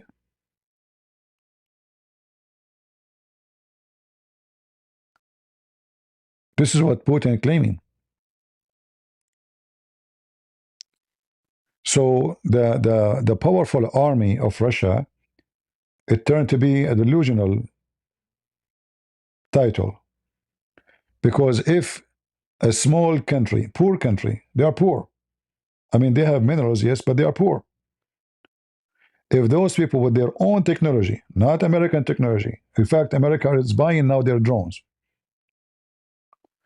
they were able to reach all the way to Moscow, and according to Putin, to hit his own house and destroy it. Now, there's no proof of that, by the way. Yes, they went to Moscow, they destroy a big energy facility. This is why Moscow went in dark. Unless Putin is saying to us, he lived inside that facility, hiding his tail. What happened to Trump? Well, there's 97,000 people waiting, and Trump's still not there. Oh boy.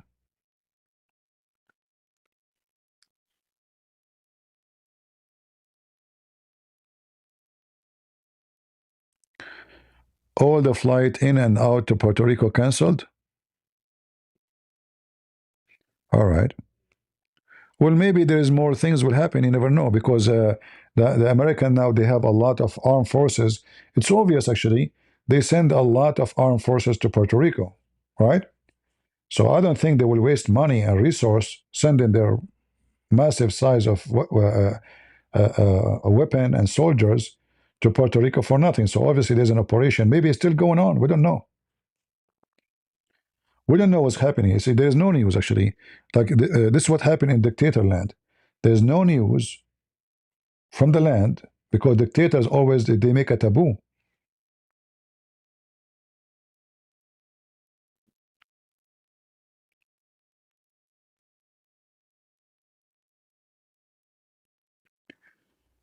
Why Putin, he went to war with Ukraine? Very simple, greed. The area where he wanted to occupy full of minerals. Heavily. And it's a heavy industry too. So he will gain two things: minerals and ready manufacturers. All right? Greed. Because if Putin claiming a land, well, go and take Alaska. Alaska literally is a Russian land. It is. Go and take the land which the Chinese took from you. The Chinese, they signed a lease with Putin or the Russian for 100 year. Yeah, I think 100 year, which means before, long before Putin. And now the 100 years over. Can Putin do? The Chinese refuse to give it back. They said, "That's it. We have it." Why Putin don't wage war in China? They don't dare. He said to himself, "This is a poor country, weak country, easy shish kebab." Even USA, if Venezuela was North Korea and they have nukes, do you think Trump will risk to do such an operation? No. No.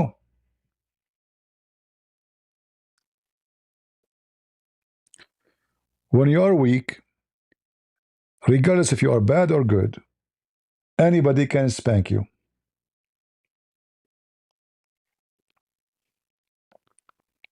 Do I agree? Regardless if you are a good guy or a bad guy.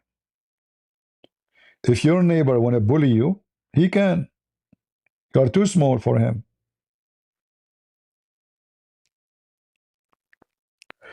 I'm not defending Maduro, but I'm stating a fact that if his country is powerful like USA, do USA dare to kidnap the president?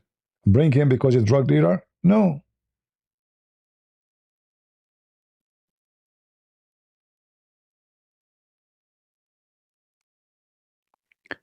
It's always about the balance of power.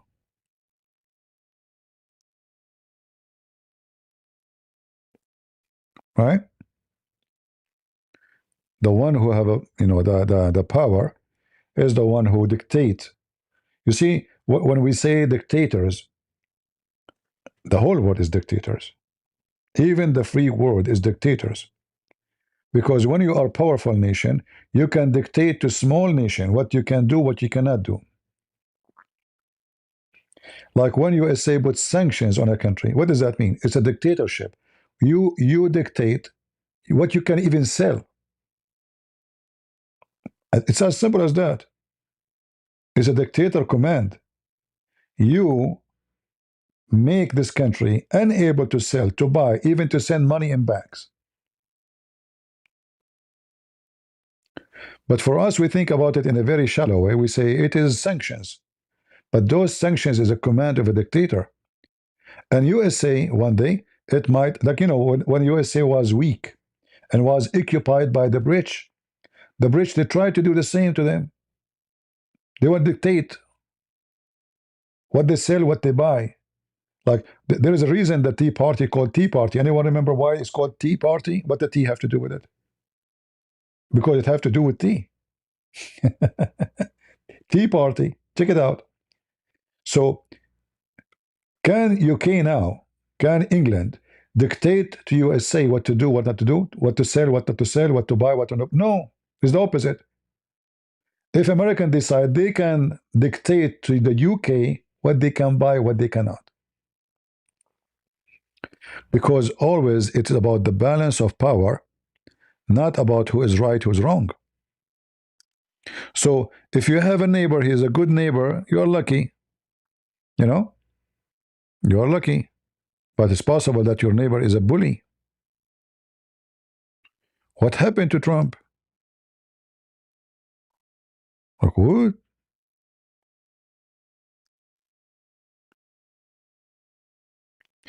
My friend, that's what I'm saying. I'm not saying. Did I say Trump is an angel? Did I say that? I just said to you, Trump love money. Maybe you were not here when. Maybe you are like my cousin. They jump in the middle of the movie, talk about it. So, always history is written by the one who make victory. Like even Hitler, how bad he was. Very bad. Very disgusting person. He killed millions of Christians. He caused the death of millions and millions of Christians. Actually, he destroyed Europe. Because of him, Europe today is what it is. But what if Hitler, he won the war? I will tell you what will happen. Then everybody will say Hitler was an amazing guy. No? Every government in the world will praise Hitler. Because who dare? It's about who win and who lose. History always written by the pen of the winner, not the loser.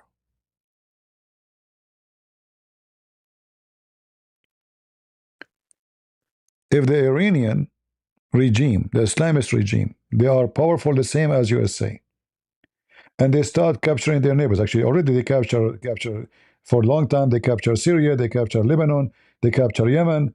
They have even forces in Venezuela.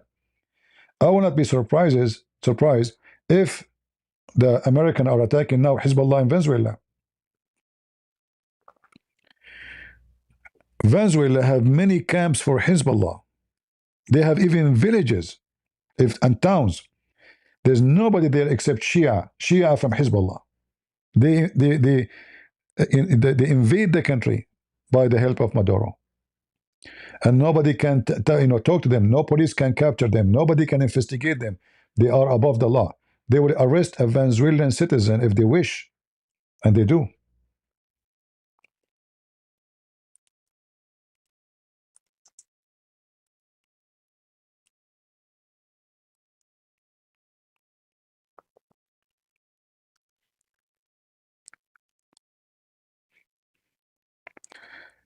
And this is why the first one who will jump to defend Maduro is Hezbollah.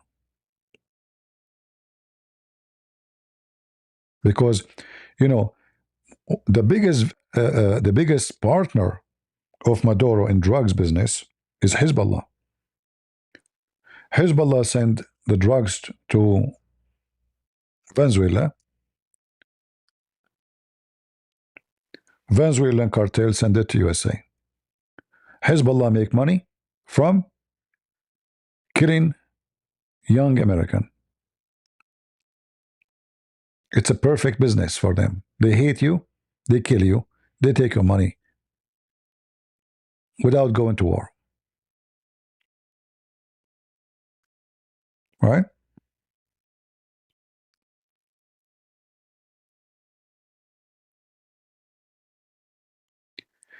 Can you show us the evidence?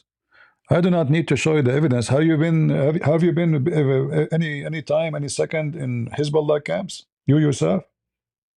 I've been. Have you?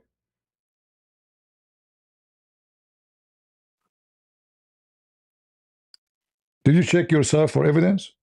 If you type now Hezbollah drugs, what you will find? You will find tens of thousands of videos of manufacturers.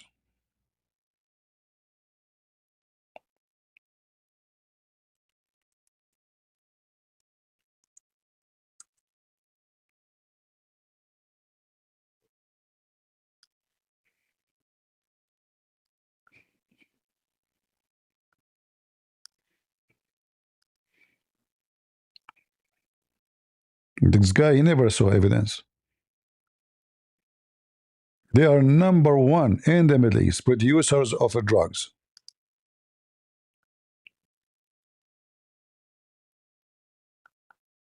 And they smuggle it around the world. They have manufacturers in Syria, in Lebanon, in Iraq, anywhere they can go, even in Africa. Their money, most of it, in the beginning, they used to take their money from Iran, but no more. Iran is not the biggest supplier, it is the drugs. So they became self-efficient.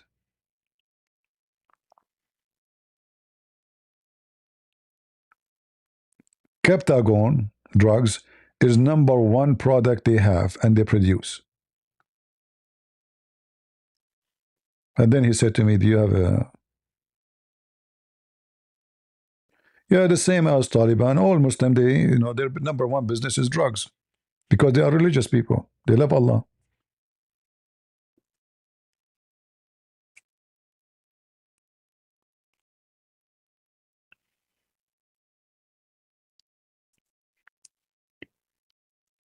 Yeah, there's no question that the Iranian and Hezbollah, and when we say Hezbollah, we mean Iran. Hezbollah is just a potato party, is the tail of Iran, the mullah's regime. Uh, in reality, when we speak about, like, look at this guy. This guy, you can watch his videos. He said clearly, our salary, our money, our arm, our weapon is coming from Iran. What you can do about it? Yeah. Nobody can do anything about it except Israel. They made you shish kebab.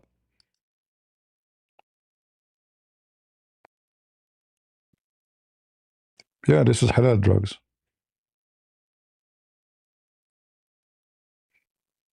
They have a massive network around the world, not only in South America, even in North America. They own many gas stations in USA. Most of gas stations in USA run by the Shia supporters of Hezbollah is owned by Hezbollah. It's a money laundry. You come to USA or a Shia from Lebanon, Shia from Iraq. Suddenly, 2 days after, the guy who owns a gas station, how in the world the guy can afford it?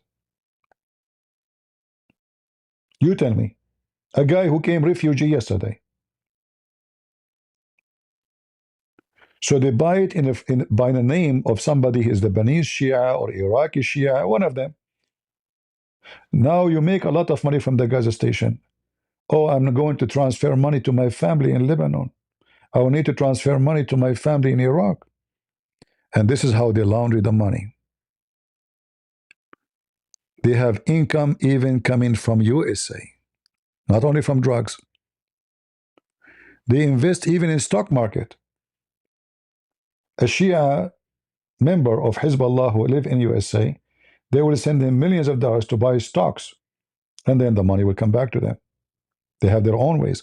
A bank in Canada, the whole bank was owned by Hezbollah. And when the government, they found out about it, it was already 20 years, 25 years operating. Took them 20, 25 years to find out that this is owned by Hezbollah. Very sneaky, very wicked. All right?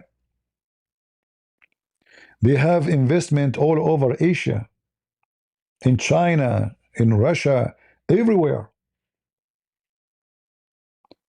Their money network is massive.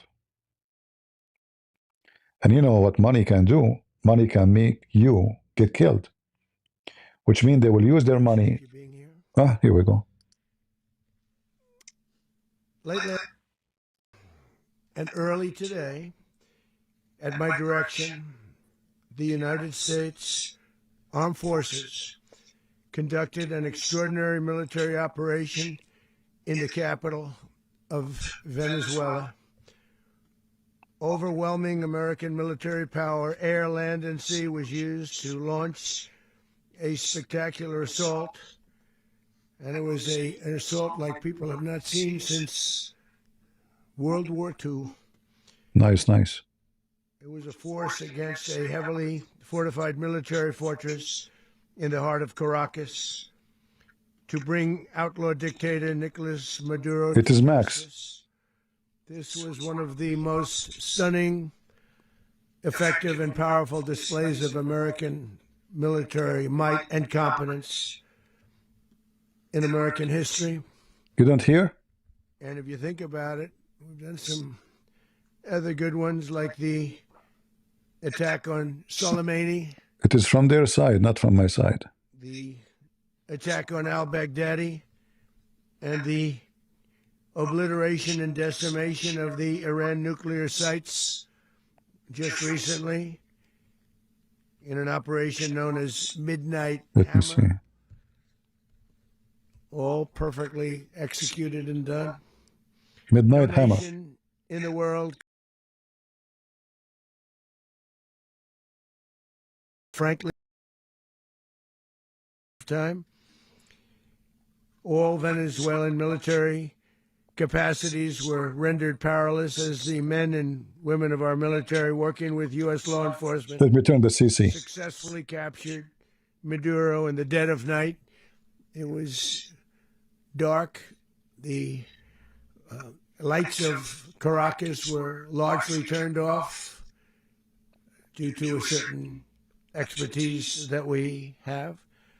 It was dark and it was deadly.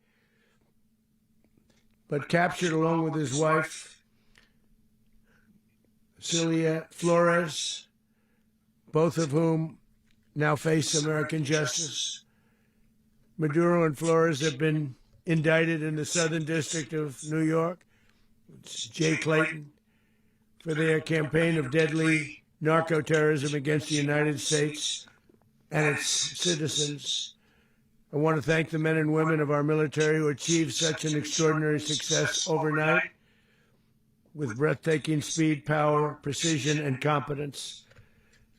You rarely see anything like it. You've seen some raids in this country that didn't go so well. They were an embarrassment.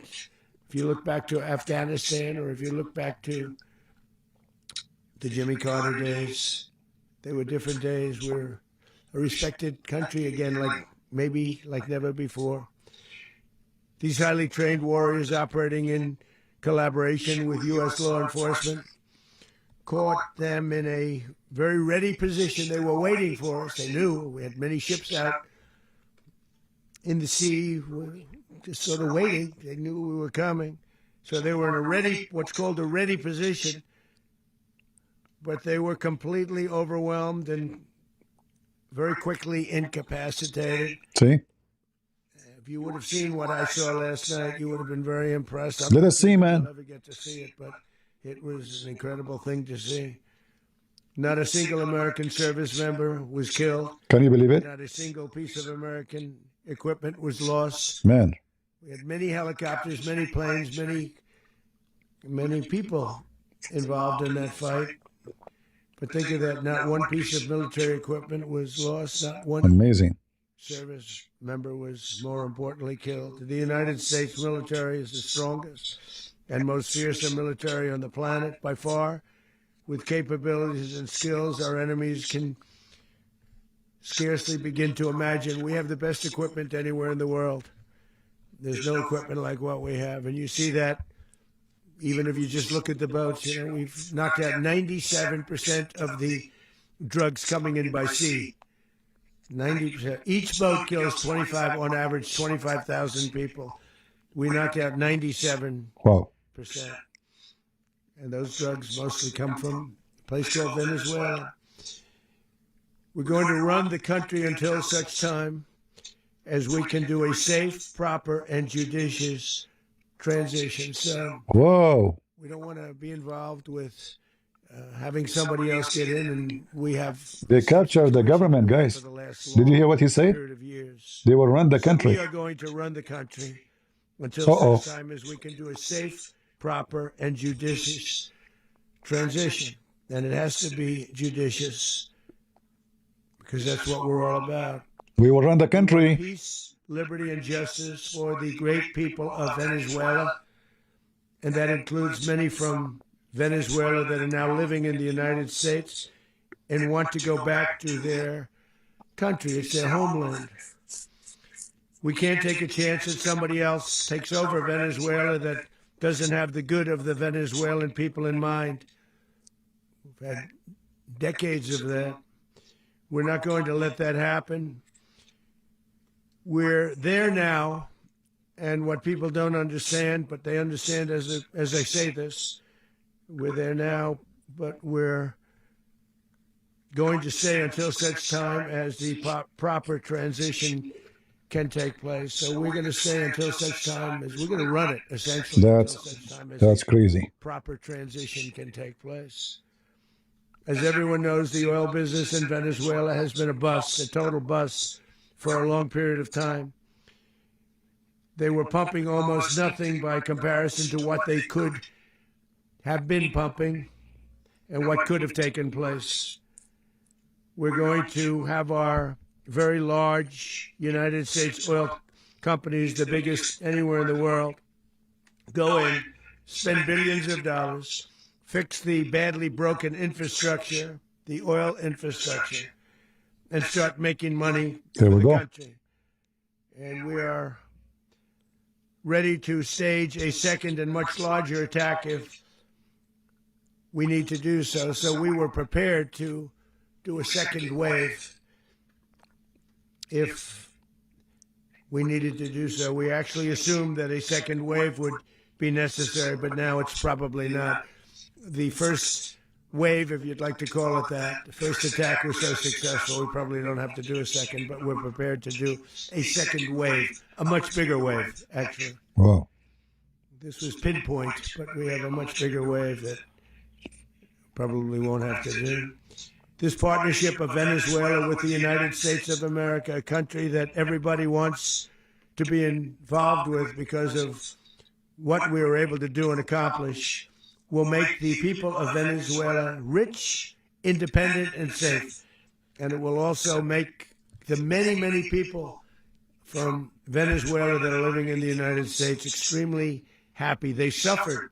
They suffered. So much was taken from them. They're not going to suffer anymore. The illegitimate dictator Maduro was the kingpin of a vast criminal network responsible for trafficking colossal amounts of deadly and illicit drugs into the United States.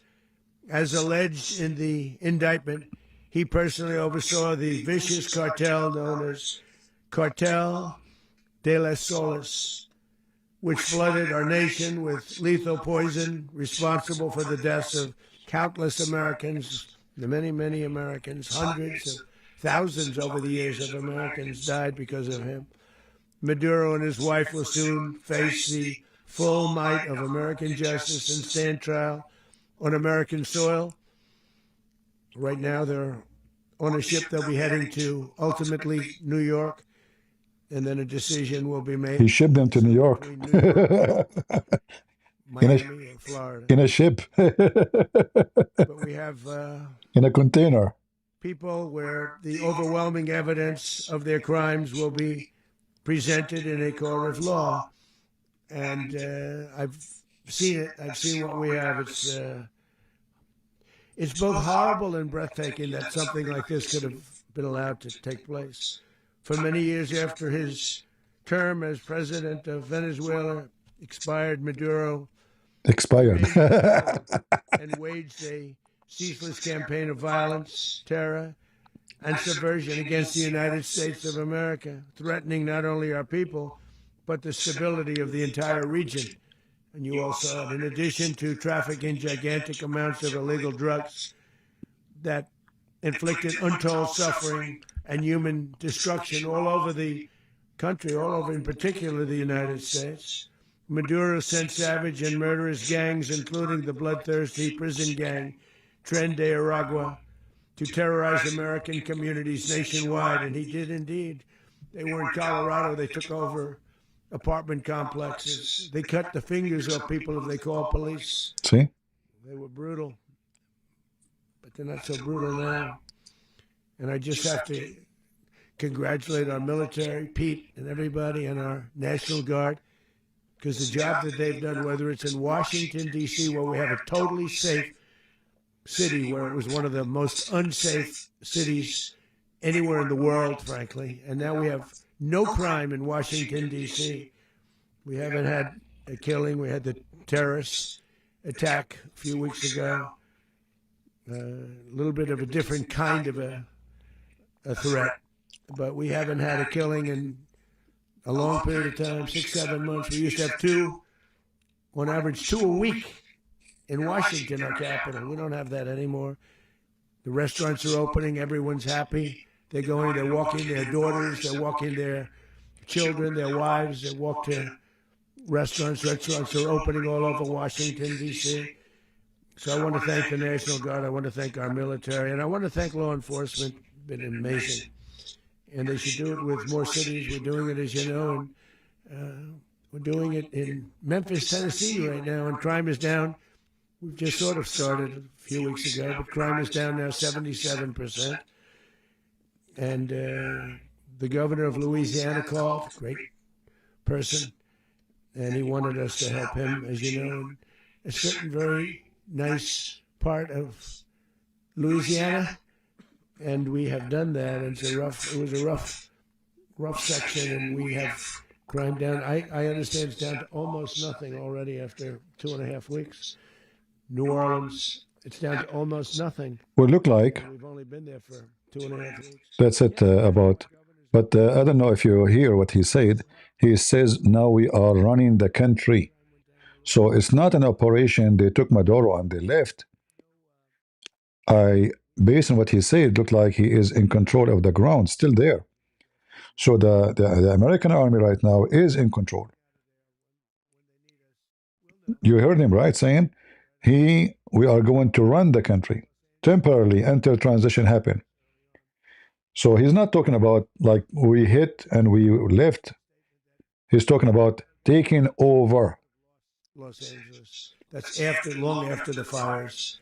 That's when they had the riots in Los Angeles. We did a great job. Got no credit for it whatsoever, but that's okay. It doesn't matter. We don't need the credit. But we'll be pulling out when they need us to call, or we'll go back if we have to. We'll go back. But we did a great job in various cities.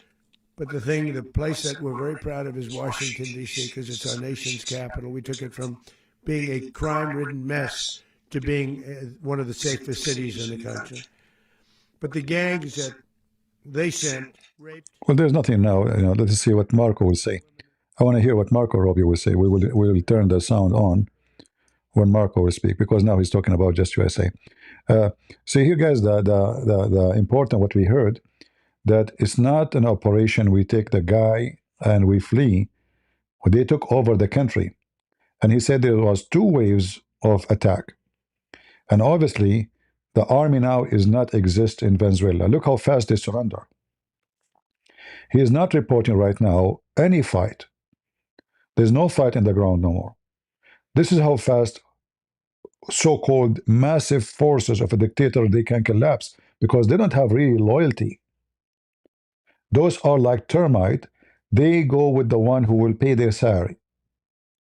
And the second they notice that you are losing, the same people who shout for you yesterday, they will shout at you today. This is how always dictators. Saddam Hussein is God for the Iraqi. For 30 years, Saddam Hussein is captured Iraqi, destroying every statue for Saddam Hussein in 1 hour. All right? They came from prisons and jails. The reason I say both, they sound similar. Actually, prisons a little bit more hostile, a little bit tougher.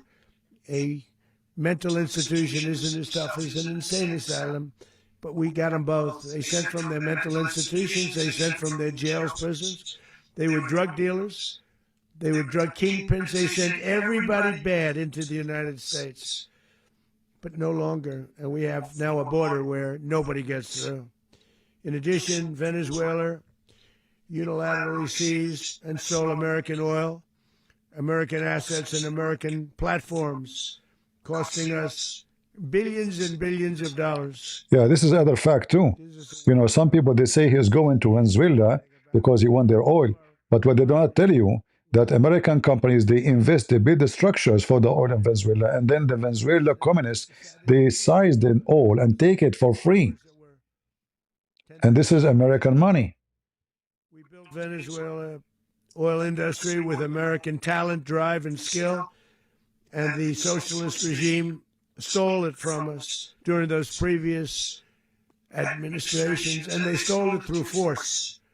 This constituted one of the largest thefts of American property in the history of our country. This is American property. The largest theft of property in the history of our country. Massive oil infrastructure was taken like we were babies, so we didn't do anything about it. I would have done something about it. America will never allow foreign powers to rob our people or drive us back into and out of our own hemisphere. That's what they did. Furthermore, under the now deposed dictator Maduro, Venezuela was increasingly hosting foreign adversaries in our region and acquiring menacing offensive weapons that could threaten U.S. interests and lives. And they used those weapons last night. Potentially in league with the cartels operating along our border. All of these actions were in gross violation of the core principles of American foreign policy, dating back more than 2 centuries, and not anymore. All the way back, it dated to the Monroe Doctrines, and the Monroe Doctrine is a big deal, but we've superseded it by a lot, by a real lot. They now call it the Monroe Document. I don't know. It's Monroe Doctrine. We sort of forgot about it. It was very important, but we forgot about it. We don't forget about it anymore. Under our new national security strategy, American dominance in the Western Hemisphere will never be questioned again. Won't happen. So just in concluding, for decades, other administrations have neglected or even contributed to these growing security threats in the Western Hemisphere. Under the Trump administration, we are reasserting American power in a very powerful way in our home region. And our home region is very different than it was just a short while ago. The future will be, and we did this in my first term.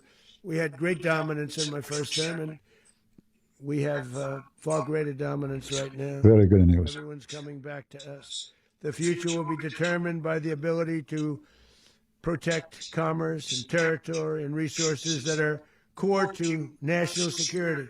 These are core to our national security. Just like tariffs are, they've made our country rich, and they've made our national security. Watch for the price for the oil, the gas oil, the price will These are drop. the iron laws that have always determined global power, and we're going to keep it that way. We will secure our borders, we will stop the terrorists, we will crash the cartels, and we will defend our citizens against all threats, foreign and domestic. Other presidents may have lacked the courage or whatever to defend America, but I will never allow terrorists and criminals to operate with impunity against the United States. This extremely successful operation should serve as warning to anyone who would threaten American sovereignty or endanger American lives. Very importantly, the embargo on all Venezuelan oil remains in full effect. The American Armada remains poised in position, and the United States retains all military options until United States demands have been fully met and fully satisfied. All political and military figures in Venezuela should understand what happened to Maduro can happen to them, and it will happen to them. Bingo. If they aren't just fair, even to their people. The dictator and terrorist, Maduro, is finally gone in Venezuela. People are free. They're free again. It's been a long time for them, but they're free. America is a safer nation this morning. It's a prouder nation this morning because it didn't allow this horrible person and this country that was doing very bad things to us. It didn't allow it to happen. And the Western Hemisphere is right now a much safer place to be. So I want to thank everybody for being here. I want to thank General Raisin Kane. He's a fantastic man. I've worked with a lot of generals. I worked with some I didn't like. I worked with some I didn't respect. I worked with some that just weren't good. But this guy is fantastic. I watched last night one of the most precise attacks on sovereignty. I mean, it was an attack for justice. And I'm very proud of him, and I'm very proud of our Secretary of War, Pete Hegseth, who I'm going to ask to say a few words. Thank you very much. Hey, Marco, come on, tell me something. Oh, the defense, okay. Mr. President, finally a commander-in-chief the world respects and the American people deserve. And as the President said, words can barely capture the bravery and the power and the precision of this historic operation. A massive joint military and law enforcement raid flawlessly executed by the greatest Americans our country has to offer. American warriors are second to none, the best in the world and the best of our country. What all of us witnessed last night was sheer guts and grit, gallantry, and glory of the American warrior. I'm simply humbled by such men. And I tip my hat to our chairman, Dan Raisin Kane, and all those Americans who stood watch last night. Our warriors are the elite of America, and again, President Trump has your back. No other country on planet Earth, and it's not even close, could pull this kind of operation off. And no other president has ever shown this kind of leadership, courage, and resolve, the most powerful combination the world has ever seen. As the president said, our adversaries remain on notice. America can project our will anywhere, anytime. The coordination, the stealth, the lethality, the precision, the very long arm of American justice, all on full display in the middle of the night. Nicolas Maduro had his chance, just like Iran had their chance, until they didn't and until he didn't. Uh-oh. He effed around, and he found out. President Trump is deadly serious about stopping the flow of gangs and violence to our country. Deadly serious. Deadly serious about stopping the flow of drugs and poison to our people. Deadly serious about getting back the oil that was stolen from us. Deadly. And deadly serious about reestablishing American deterrence and dominance in the Western Hemisphere. This is about the safety, security, freedom, and prosperity of the American people. This is America first. This is peace through strength. And the United States War Department is proud to help deliver it. Welcome to 2026, and under President Trump, America is back. I'd like to welcome now our Chairman Raising Cane, to give a few more details about the operation. Mr. Chairman. Hey, Chairman, come on, tell me. Thank you, Mr. Secretary. Thank you, Mr. President, and good morning. Last night, on the order of the President of the United States and in support of a request from the Department of Justice, as the President said, the United States military conducted an apprehension mission in Caracas, Venezuela, to bring to justice two indicted persons, Nicolas and Cecilia Maduro. This operation, known as Operation Absolute Resolve, was discreet, precise, and conducted during the darkest hours of January 2nd, and was the culmination of months of planning and rehearsal, an operation that, frankly, only the United States military could undertake. What I'd like to do this morning is talk you through some of the preparation and the details without compromising any of our tactics, techniques, and procedures. There is always a chance that we'll be tasked to do this type of mission again. Our interagency work began months ago and built on decades of experience of integrating complex air, ground, space, and maritime operations. While the past 2 decades have honed the skills of our special operations forces, this particular mission required every component of our joint force, with soldiers, sailors, airmen, Marines, and Guardians working in unison with our intelligence agency partners and law enforcement teammates in an unprecedented operation. We leveraged our unmatched intelligence capabilities and our years of experience in hunting terrorists, and we could not have done this mission without the incredible work by various intelligence agencies, including the CIA, NSA, and NGA. We watched, we waited, we prepared, we remained patient and professional. This mission was meticulously planned, drawing lessons from decades of missions over the last many years, many missions over these last many years. This was an audacious operation that only the United States could do. It required the utmost of precision and integration within our joint force. And the word integration does not explain the sheer complexity of such a mission. An extraction so precise, it involved more than 150 aircraft launching across the Western Hemisphere in close coordination, all coming together in time and place to layer effects for a single purpose: to get an interdiction force into downtown Caracas while maintaining the element of tactical surprise. Failure of one component of this well-oiled machine would have endangered the entire mission, and failure is never an option for America's joint force. Those in the air over Caracas last night were willing to give their lives for those on the ground and in the helicopters. Let me talk a little bit about the preparation. After months of work by our intelligence teammates to find Maduro and understand how he moved, where he lived, where he traveled, what he ate, what he wore, what were his pets, in early December, our force was set pending a series of aligned events. Key was choosing the right day to minimize the potential for civilian harm and maximize the element of surprise and minimize the harm to the indicted personnel so, as the president said, they could be brought to justice. And as the president said earlier today, weather in Venezuela is always a factor this time of the year. And over the weeks through Christmas and New Year's, the men and women of the United States military sat ready, patiently waiting for the right triggers to be met and the president to order us into action. Last night, the weather broke just enough, clearing a path that only the most skilled aviators in the world could maneuver through. Ocean, mountain, low cloud ceilings, but when tasked with a mission, this organization does not quit.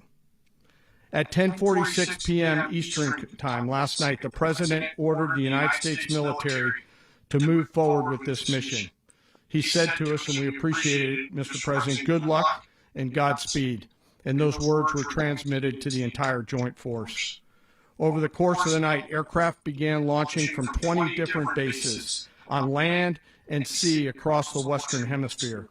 In total, more than 150 aircraft, bombers, fighters, intelligence, reconnaissance, surveillance, rotary wing were in the air last night. Thousands and thousands of hours of experience were airborne. Our youngest crew member was 20, and our oldest crew member was 49, and there's simply no match for American military might. As the night began, the helicopters took off with the extraction force, which included law enforcement officers, and began their flight into Venezuela at 100 feet above the water.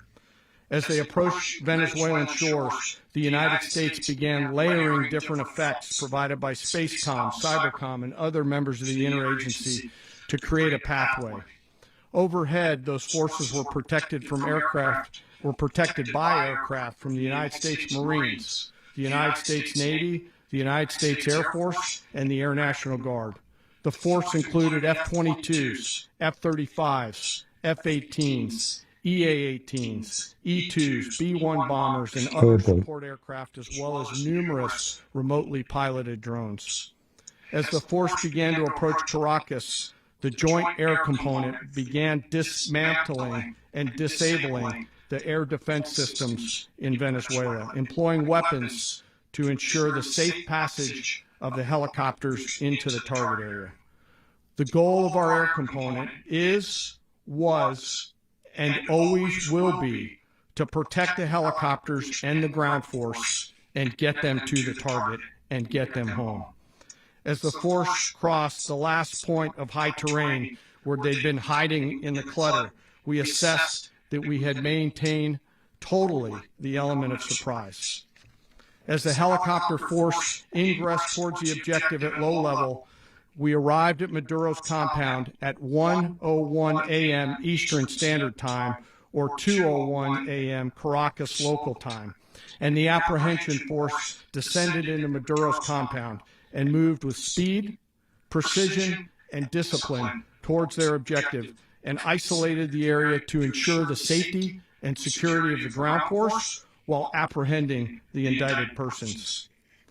On arrival into the target area, the helicopters came under fire, and they replied with that fire with overwhelming force and self-defense. One of our aircraft was hit but remained flyable, and as the president said earlier today, all of our aircraft came home, and that aircraft remained flyable during the rest of the mission. As the operation unfolded at the compound, our air and ground intelligence teams provided real-time updates to the ground force, ensuring those forces could safely navigate the complex environment without unnecessary risk. The force remained protected by overhead tactical aviation. Maduro and his wife, both indicted, gave up, and were taken into custody by the Department of Justice, assisted by our incredible U.S. military with professionalism and precision, with no loss of U.S. life. After securing the indicted persons, the force began to prep for departure.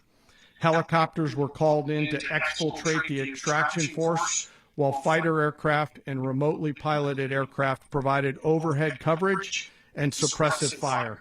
There were multiple self-defense engagements as the force began to withdraw out of Venezuela. The force successfully exfiltrated and returned to their afloat launch bases, and the force was over the water at 3:29 a.m. Eastern Standard Time with indicted persons on board. And both Maduro and his wife were embarked aboard the USS Iwo Jima. In closing, what we've witnessed today is a powerful demonstration of America's joint force. We think, we develop, we train, we rehearse, we debrief, we rehearse again and again, not to get it right, but to ensure that we cannot get it wrong. Our jobs are to integrate combat power so when the order comes, we can deliver overwhelming force at the time and the place of our choosing against any foe anywhere in the world. I am immensely proud today of our joint force and filled with gratitude to represent them here today. There is simply no mission too difficult for these incredible professionals and the families that stand by them and support them. As we stand here this morning, our forces remain in the region at a high state of readiness, prepared to project power, defend themselves, and our interests in the region. This operation is a testament to the dedication and unwavering commitment to justice and our resolve to hold accountable those who threaten peace and stability. In closing, I want to express my heartfelt gratitude to the brave men and women who executed this mission. Their courage and tireless commitment to our nation are what makes us strong. Thank you, Mr. Secretary, and thank you, Mr. President. Well, I don't have much to add to what you've heard now, other than the following points. Nicolas Maduro was indicted in 2020 in the United States. He is not the legitimate president of Venezuela. That's not just us saying it. The first Trump administration, the Biden administration, the second Trump administration, none of those three recognized him. He's not recognized by the European Union and multiple countries around the world. He is a fugitive of American justice with a $50 million reward, which I guess we saved $50 million. And yeah, exactly. But don't let anybody claim it.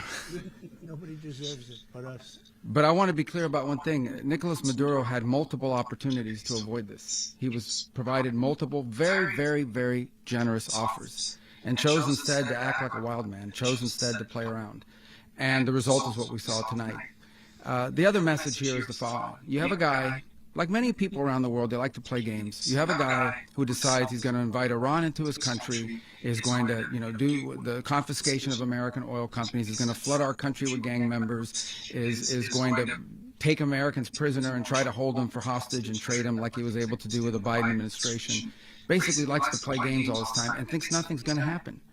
And I hope what people now understand is that we have a president. The 47th president of the United States is not a game player. When he tells you that he's going to do something, when he tells you he's going to address a problem, he means it. He actions it. I can tell you, I've watched this process now for 14, 15 years, been around it. Everybody talks. I'm going to do this. I'm going to do that. When I get there, we're going to do this. We're going to take. This is a president of action. Like, I don't understand yet how they haven't figured this out. And now, if you don't know, now you know. Because this is the way it's going to play out. And I think to understand that this is not a president that just talks and does letters and press conferences. And, if he says he's serious about something, he means it. And this is something that was a direct threat to the national interest of the United States. And the president addressed it. There's a president of peace, by the way. I told you what I just said earlier. This guy had multiple opportunities to find his way somewhere else and figure out another. He could have been living somewhere else right now, very happy.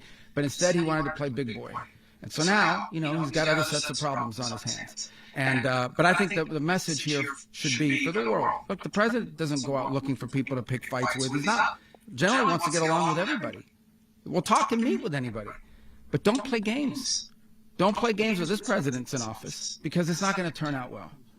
And so I hope that, I guess that lesson was learned last night, and we hope it'll be instructive moving forward. Is that a message for Cuba, Mr. President?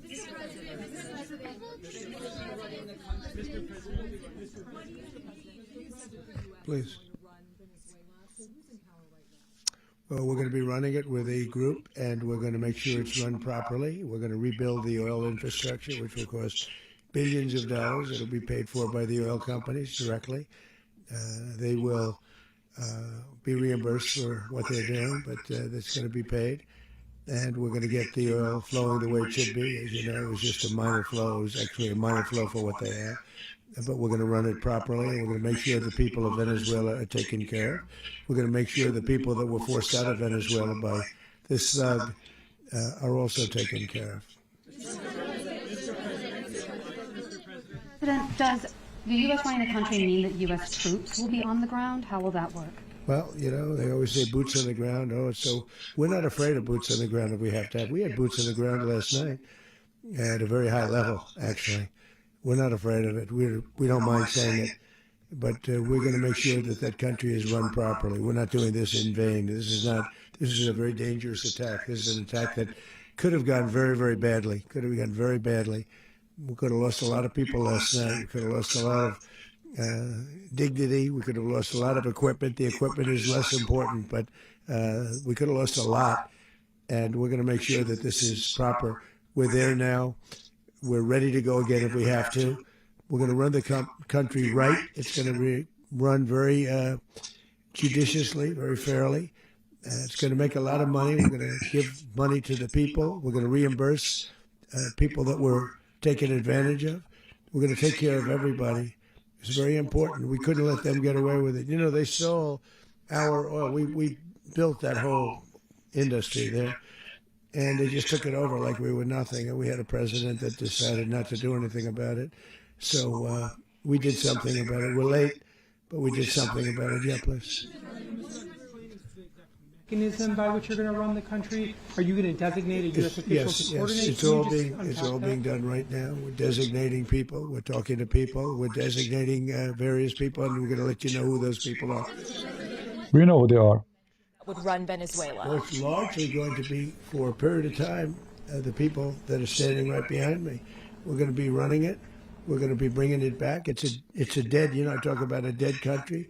A year and a half ago, we were a dead country. Now we're the hottest country anywhere in the world. We're a country doing better than any country anywhere in the world. And it required leadership. Venezuela has a lot of bad people in there, a lot of bad people that shouldn't be leading. We're not going to take a chance that one of those people take over for Maduro. So you can look at, and others, we have fantastic people, including people in the military. So we're going to have a group of people running it until such time as it can be put back on track, make a lot of money for the people, and give people a great way of life, and also reimbursement for people in our country that were forced out of Venezuela. Rubio would be... You said earlier today that you weren't going to back Machado to come back and be the opposition leader in your Fox and Friends interview. And then you also mentioned the vice president of Venezuela. Are you going to work with the vice president of Venezuela, or how do you foresee the relationship Well, going? I understand she was just sworn in, but she was, as you know, picked by Maduro. So Marco's working on that directly. He just had a conversation with her, and she's essentially willing to do what we think is necessary to make Venezuela great again. Very simple. Mr. President, Colombian President Gustavo Petro, a couple weeks ago, he said he's got to watch his ass. And today, he said he's not concerned about anything happening to him in the aftermath of this operation. So, just what your message is about that? Well, he has cocaine mills. He has factories where he makes cocaine. And, yeah, I think I stick by my first statement. He's making cocaine. They're sending it into the United States. So he does have to watch his ass. Mr. President, did you notify any members of Congress in advance? Marco, do you want to talk about that? Because you were involved in it. Sure. We call members of Congress immediately after. This was not the kind of mission that you can do congressional notification on. It was a trigger-based mission in which conditions had to be met night after night. We watched and monitored that for a number of days. So it's just simply not the kind of mission you can call people and say, hey, we may do this at some point in the next 15 days. But it's largely a law enforcement function. Remember, at the end of the day, at its core, This was an arrest of 2 indicted fugitives of American justice, and the Department of War supported the Department of Justice in that job. Now, there are broader policy implications here, but it's just not the kind of mission that you can pre-notify because it endangers the mission. Exactly. Plus, if I could add one thing to that, Congress has a tendency to leak. This would not be good. Exactly. If they leaked, General, I think it would Ilhan Omar, she will call them. But I have to say, they knew we were coming at some point, you know. We had a lot of ships. What does Congress have to do with this? We went through. But Congress will leak, and we don't want leakers.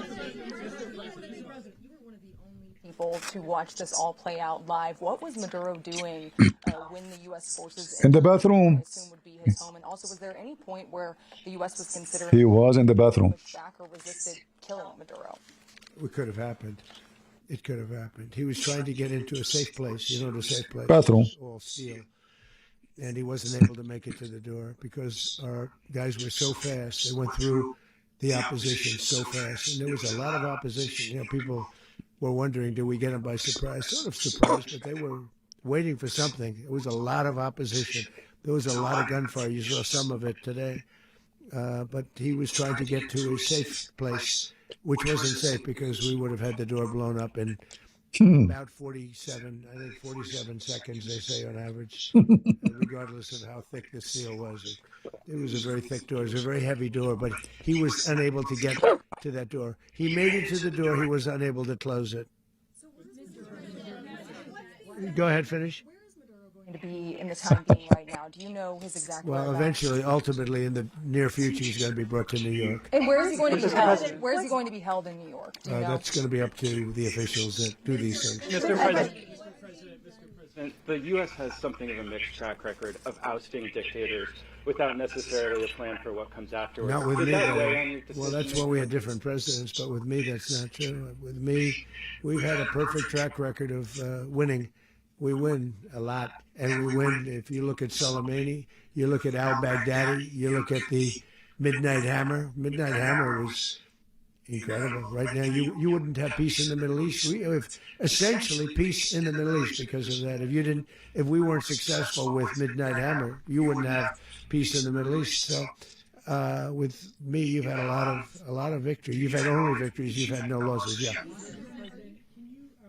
How long do you expect the U.S. to run Venezuela, and how soon do you want Venezuelan people? Look how serious questions. I'd like to do it quickly, but it takes a period of time. You know, we're rebuilding. We have to rebuild their whole infrastructure. The infrastructure is rotted. It's actually very dangerous. It's blow-up territory. Oil is very dangerous. It's a very dangerous thing to take out of the ground. Can kill a lot of people. It has killed a lot of people doing just that. The infrastructure is old. It's rotted.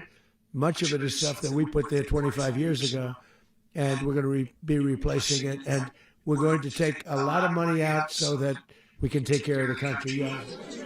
Are you saying that Secretary Rubio and Mr. President, China, Russia, and Iran have interests in Venezuela. How does this operation affect your relationships with them when it comes to oil and drugs? And Russia, Russia when we get things straightened out. But in terms of other countries that want oil, we're in the oil business. We're going to sell it to them. We're not going to say we're not going to give it. In other words, we'll be selling oil, probably in much larger doses because they couldn't produce very much because their infrastructure was so bad. So we'll be selling large amounts of oil to other countries, many of whom are using it now, but I would say many more will come. Are you saying, Mr. President, are you saying that, Mr. President, are you saying that, Mr. President, thank you. What is your message to the people of Venezuela today? Of course, the civilian population specifically, they have a lot Merry of Christmas. What is your message to the people of Venezuela? That you're going to have peace, justice. You're going to have some of the riches that you should have had for a long period of time. It was stolen from you. But you're going to have peace and you're going to have safety. You're going to have justice. You're going to have a country. You're going to have a real country. You're going to have potentially a great country. You know, if you go back 20 years, maybe even a little longer ago, that was a great country. And they destroyed it. Remember I said that if we lose this election, the United States will be Venezuela on steroids. Exactly. That's what would have happened. Had we lost the election, the 2024 election, we suffered so badly. When you look at the border from 2020, what they did, what Joe Biden administration did to our country should never be forgotten. But if we had to go through another year of that, we wouldn't have. We would be exactly where Venezuela was in terms. I used to say, if they win, we're going to be Venezuela on steroids, and that's what would have happened. President, thank you. Are you saying that Secretary Hegseth and Rubio are going to be running Venezuela, and will you be sending in U.S. military They're going to be troops? Silly questions. working with the people of Venezuela to make sure that we have Venezuela right. Because for us to just leave, who's going to take over? I mean, there is nobody to take over. You have a vice president who's been appointed by Maduro, and right now she's the vice president, and she's, I guess, the president. She was sworn as president just a little while ago. She had a long conversation with Marco, and she said, we'll do whatever you need. I think she was quite gracious, but she really doesn't have a choice. We're going to have this done right. We're not going to just do this with Maduro, then leave like everybody else, leave and say, let it go to hell. If we just left, it has zero chance of ever coming back. We'll run it properly. We'll run it professionally. We'll have the greatest oil companies in the world go in and invest billions and billions of dollars and take out money, use that money in Venezuela. And the biggest beneficiary are going to be the people of Venezuela. And also, I can't stress this strongly enough, the people that got thrown out of Venezuela that are now in the United States, and frankly, some want to stay and some probably want to go back, yeah. In the country, and were any of the detained Americans? Well, right now they're very protected because nobody's going to mess with us. They're very protected. The people of, and we let them know that you better not touch one of them. Are you concerned that bad elements of the Maduro regime will remain in place? Well, we know who they are. We're on them, and they're acting much differently now than they would have acted 2 days ago. Sure. Okay, wait, behind you, please. Mr. President, why is running a country in South America America first? Well, I think it is because we want to surround ourselves with good neighbors. We want to surround ourselves with stability. We want to surround ourselves with energy. We have tremendous energy in that country. It's very important that we protect it. We need that for ourselves. We need that for the world. And we want to make sure we can protect it. Yes, sir, please, go ahead. Yeah, is there a message for Cuba and Diaz-Canel? Well, Cuba is an interesting case. Cuba is, not doing very well right now. That system has not been a very good one for Cuba. The people there have suffered for many, many years. And I think Cuba is going to be something we'll end up talking about because Cuba is a failing nation right now, very badly failing nation.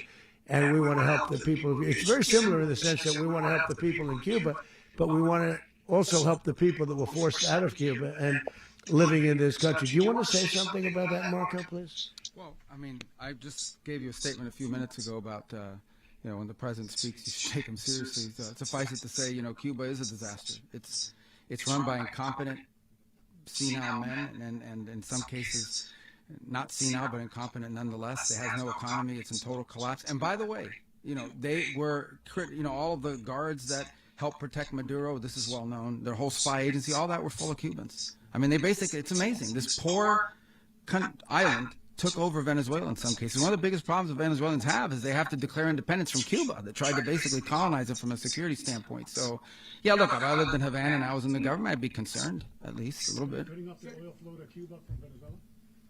Well, the president already announced a week ago that anything that's sanctioned oil, it's not going to be allowed to get there. So that's a pre-existing.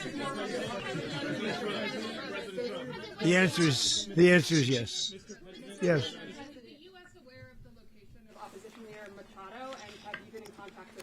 No, we haven't. No, we haven't. Mr. President. Mr. President, on Monday. Oh, I think it would be very tough for her to be the leader. She doesn't have the support within or the respect within the country. She's a very nice woman, but she doesn't have the respect to be the leader. Is it possible that the U.S. ends up administrating Venezuela for years? Well, it won't cost us anything because the money coming out of the ground is very substantial, so it's not going to cost us anything. We want safety there. We want to be surrounded by countries that aren't housing all of our enemies all over the world. That was happening, and you don't want to have that. But we're going to be rebuilding, and we're not spending money. The oil companies are going to go in. They're going to spend money. We're going to take back the oil that, frankly, we should have taken back a long time ago. A lot of money is coming out of the ground. We're going to get reimbursed for all of that. We're going to get reimbursed for everything that we spend. So it's going to be it's going to be a very important, this is a very big evening that took place last night. We have to be surrounded by safe, secure countries. And we also have to have energy, very important. We have to have energy that's real energy, not where they're getting 4% and 5% of the energy out of the ground. You take a look, it was such a disaster. So what's going to happen with Venezuela, I think, over the next period of a year is going to be a great thing. And the people of Venezuela will be the biggest beneficiaries. Going to send in the U.S. military. Mr. President, thank you. What did you last speak to Maduro about when you spoke? And is the Well, I don't want to get into the conversations, but I did have conversations with him, and I said, you got to surrender. And I actually thought he was pretty close to doing so, but now he wished he did, yeah. You said that Maduro is responsible for drug trafficking. You recently pardoned the former president of Honduras who was convicted of many drug trafficking. Can you explain how these two situations are different? And would you ever pardon Maduro? I endorsed, as you know, the winning president, the man who won in Honduras. I endorsed the man who won in Chile. I endorsed the man who won in Argentina. And we are doing very well with that whole group. What the man that I pardoned was, if you could equate it to us, he was treated like the Biden administration treated a man named Trump. That didn't work out too well for them. This was a man who was persecuted very unfairly. He was the head of the country. He was persecuted very unfairly. And there are a number of them. And we felt that it was a very unfair situation that happened to him. He's also a party member of the man who won. So obviously the people liked what I did. And one of the reasons that was done is because of the fact that the party in power felt very strongly that that man was treated very badly. I studied it very quickly, and then I studied it in great detail. I went to a lot of the people standing behind me, and they felt that that man was persecuted and treated very badly. That's why I gave him a pardon. You referenced boots on the ground earlier. Can you just sort of button this up? Do you envision the U.S. military having a presence in Venezuela as the U.S. runs that Well, country? no, we're going to have a presence in Venezuela as it pertains to oil, because we have to have, we're sending our expertise in. So you may need something, not very much. But no, we're going to be taking out a tremendous amount of wealth out of the ground. And that wealth is going to the people of Venezuela and people from outside of Venezuela that used to be in Venezuela. And it goes also to the United States of America in the form of reimbursement for the damages caused us by that country. So I want to thank you all very much. Thank you. Do you have one? Yes, please. You were so nice before. I'm going to give you the final question. Go ahead. Thank you, Mr. Unless it's a bad question, in which case I'll go one word. It's about who? It's about Putin, if you want. About Putin. Well, that's always nice to talk about Putin.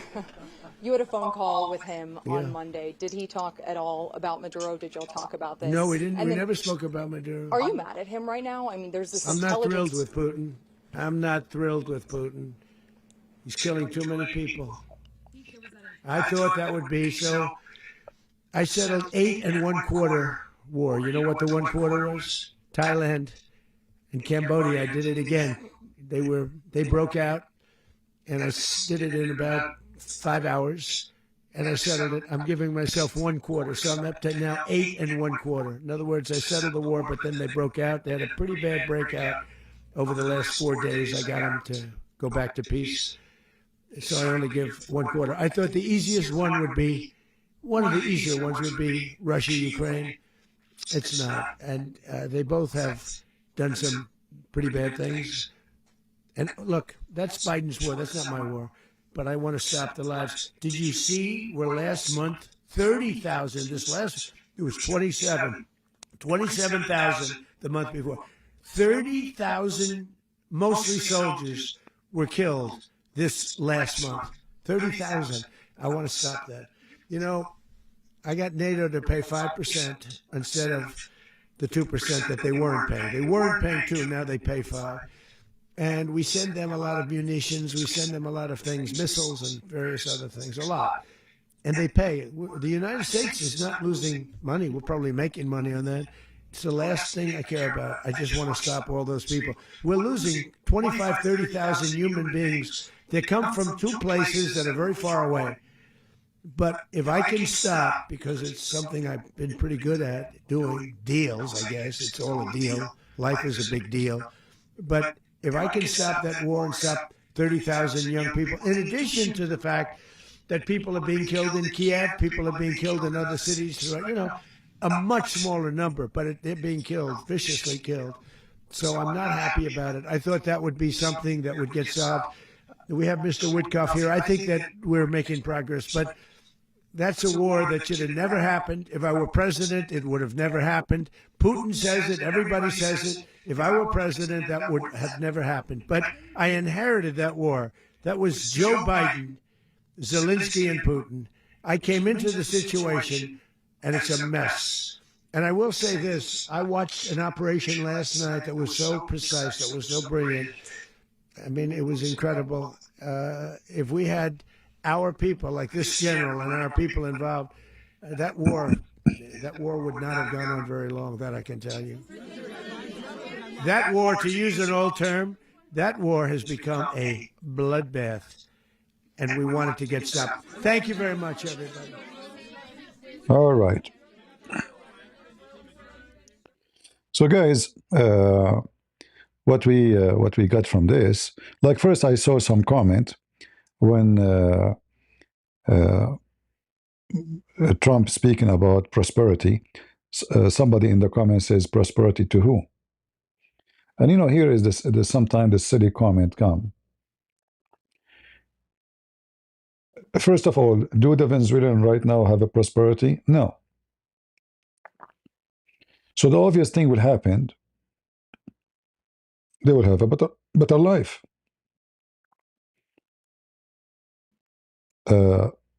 And if prosperity comes for all neighboring countries, what's the problem with that? Are you against it? Are you against it to have freedom of speech in Venezuela? People write articles against the president. The same I can talk about Trump right now. I can say he's bad. I can say he's good. That is prosperity too. Prosperity is not only money. Prosperity is people they can believe. They can practice their belief. They can have a freedom of speech. They can say yes, they can say no. And nobody will arrest them just because they say something you don't agree with them. Freedom is the most important prosperity. And then things will follow. Because now you will have a free election, not a dictator taking over, stay there for the coming 60 years until he dies. Those who are in politics, they will be forced to serve the people because they fear the election. That is a prosperity. And then the money will come from the oil, will go to the people first. You might say, oh, American companies going there. Well, they are the one who built the industry for them. Those people don't have the expertise even to dig 1 meter down. And if not the American take over, who's going to take over? The Chinese or the Russian? Which one? So people, they say words have nothing to do, not connected to reality. And, they give you speeches of ethic. But in fact, their questioning is unethical. Why the Venezuelan coming by millions USA? Is that because they have prosperity in their country? Is that because the socialists are successful? Why somebody will cross the borders and go walking hundreds of miles, if not thousands, or take a boat risking his life to come to a country he doesn't speak the language of this country? Is that because he is enjoying prosperity in his country? So now many badmouthers, they will start badmouth Trump. Biden, he buy the oil of Venezuela. He left the sanctions on Venezuela. And that make the regime gain the money, not the people. The people are still very poor, extremely poor. The one who will enjoy the money is the dictators and the gang around them, the military generals. Everyone will take his cut. In USA, we have companies. We are very rich billionaires. But when you work in Amazon, you get paid fairly. You don't own the company. What, you want to make $1 billion? No, you don't own. You are an employee. You're paid by hour. Make a company your own and be a billionaire. Who's holding you? You want to be Elon Musk? Go ahead. Show us your success. Come with some innovation and copyright for it, and then you will become billionaire. If not trillionaire. But in those countries, socialist, They got money. It's not their own. They did not even work for it. And the people, they are starving. So we know not many people, they will badmouth Trump. Like I say, Trump, he like money. Well, I know he like money. But you like money too.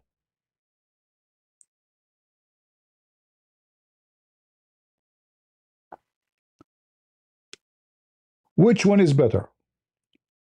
To let this dictator killing thousands, jailing them for just saying a word against him.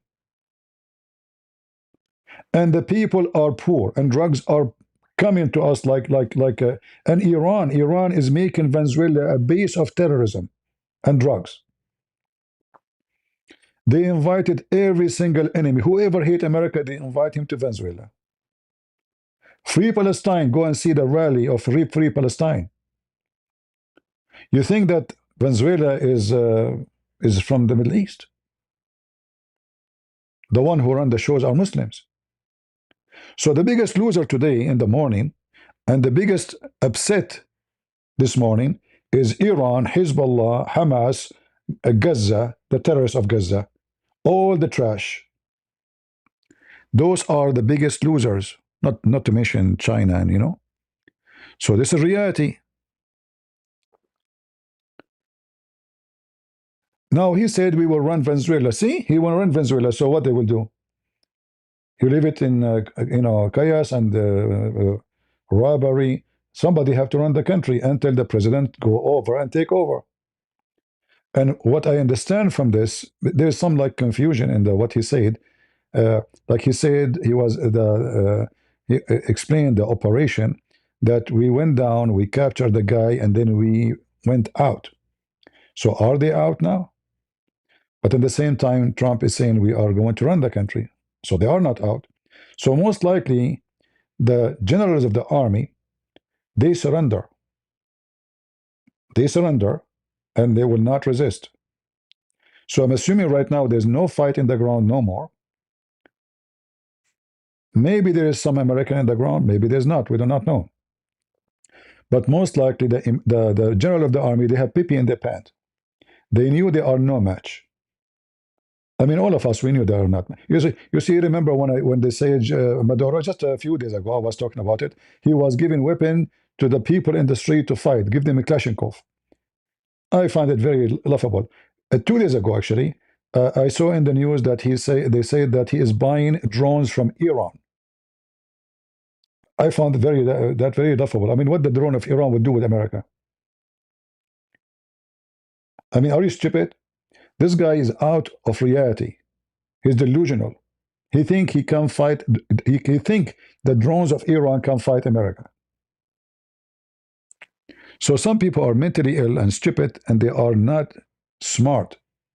And this is the end. And look, he built a safe, very thick steel. God knows how many years took him to finish it. It took them 47 seconds to blow it up. Isn't this stupid? If your enemy is America and you are afraid that the one who is going to capture you is the American, let us say you are inside the cell now. Are you safe? Took them 47 seconds to blow it up. I mean, to make coffee will take more. Seriously, if you want to make coffee, it takes you more time than getting his safe, Low-flying drones will not be detected. No. This is not what happened. Did you notice what he said, the general? He said that we have multitask operation. So we have the warfare of electronic warfare. So all the air defense of Venezuela went to sleep before even they hit them, which means they cannot detect anything. They have Soviet Union, Russian, stupid, I mean, don't you see Putin himself could not protect Moscow? Putin, he kept bragging about S-400, S-500, S-300, and then all the S he have, they went in his ass. And just 2 days ago, he called Trump asking him for protection because Ukrainian, they attack his house. So they buy junk. The only trustworthy weapon you can trust is something made by Western countries. And specifically, if we can add Israel, Israel and America is the top. This is why now Germany is buying from Israel.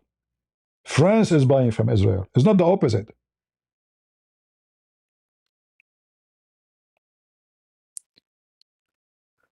Isn't it scary for any enemy of USA to see that not a single soldiers get killed?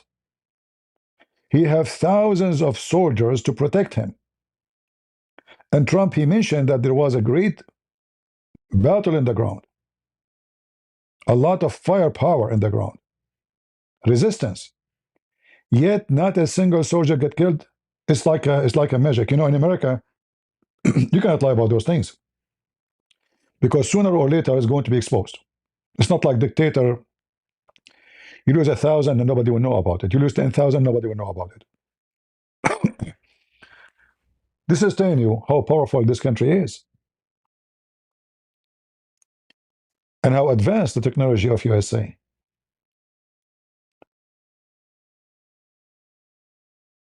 The guy, he, in his mind, well, I have 5,000-6,000 soldiers just around my house. Okay, it has gone to the ground. I have a very deep basement. Even if they bomb me, they will not go there. But this is not true because, you know, he actually, the general he mentioned, the B-1 bomber. So B-1, B-2, I mean, they are using the heavy-duty bombers. What are you going to hide? He's stupid. They offer him a deal before, he reject.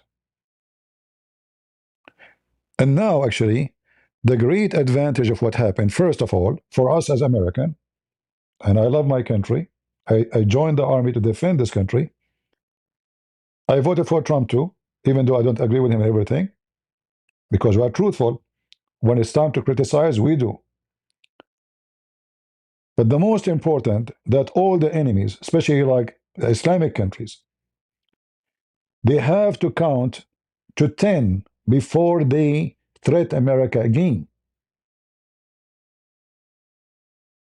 And the most important too, that now Iran is not our neighbor, because when Venezuela is occupied by Maduro and his gang, Iran and Hezbollah is across the borders.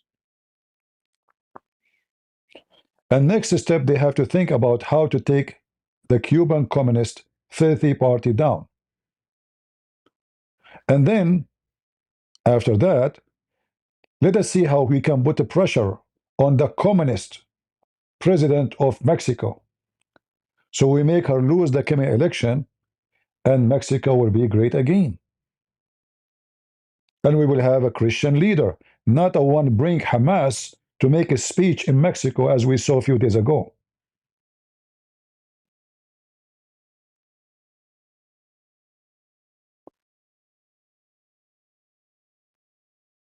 You see the difference between, what the difference between Trump America and Biden America?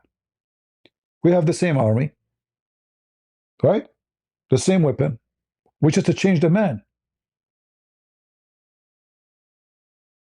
When Obama went to Saudi Arabia, do you know that nobody went to the airport to welcome him? They sent the mayor of the city. This is how insulting. They don't even respect you. It's just because you changed the president. They knew that this guy is a socialist. He will never be a threat for them. He is potato. In fact, he is their man. But when you have somebody scare the hell of their enemies, they will kiss your butt and they will say, America, we have to obey. Who dare? All what it changed now is just we changed the president. We have the same army, the same planes, the same weapon, the same soldiers. Nothing changed.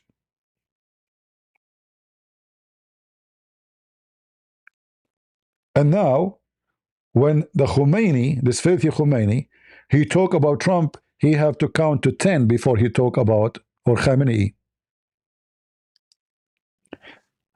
Actually, yesterday, time gone, and I was like, just making respond to those uh, Iranian flies, the regime flies all over the internet. Many of them, they are posting pictures, like AI pictures, of Trump bowing down to the mullahs. And then I post for them the images of the ones we did hunt already. And I told them, you talk much, we do much. Abdul, you talk much. We do much more than talk. Let me show you.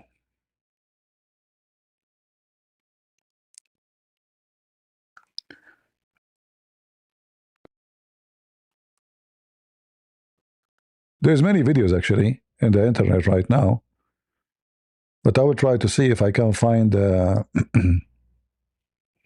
images they made. They made fun of a Trump that he is under the feet of the mullahs. I say true story. Just do it if you can.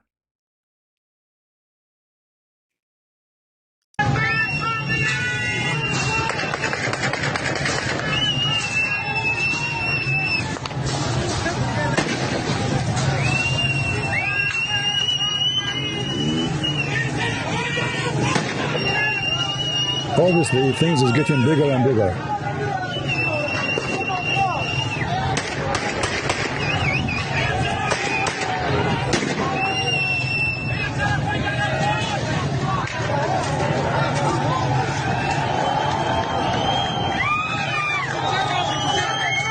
Come on, boy.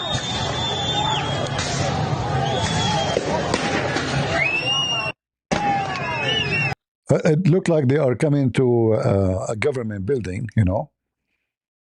Those videos are, you can tell they are real. They are not AI. There's some videos I saw, are obviously they are fake. And the funny is, you will see the regime making video. There's nothing. They go to the main square in Tehran. There's nothing here. There's nobody here. See, it's a lie. And then the mullah himself, the Ayatollah al-Khomeini, he says, we have to put the riot in their place, the one who's doing riot. So if there's a riot or not, even your biggest mullah admit. Even your president admit. Yet, the media of those stupid regimes are so stupid. They contradict themselves. It's like the Quran.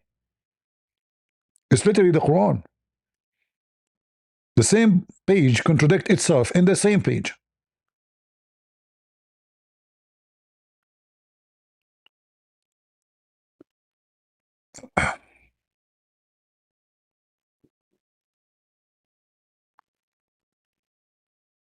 Let me see if I can find you.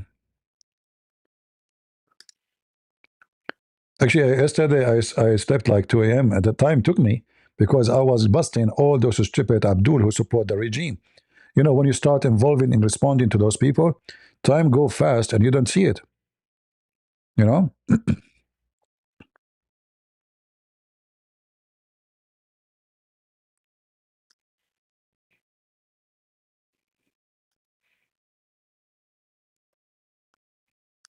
I answered like 1,000 Abdul. And man, I got them busted. Including using hadith and reference, you know. Shish kebab. You know me. Here we go. They captured this woman. The police of the regime. And now they will do, you know, sexual stuff for her. Very filthy religious people. They are truly religious. They are truly following Allah.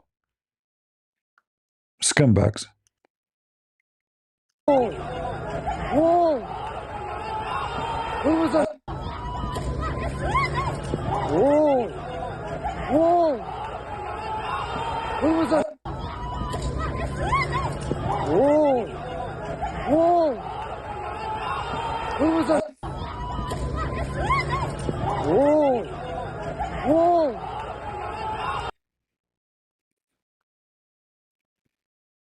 Look what this guy is doing.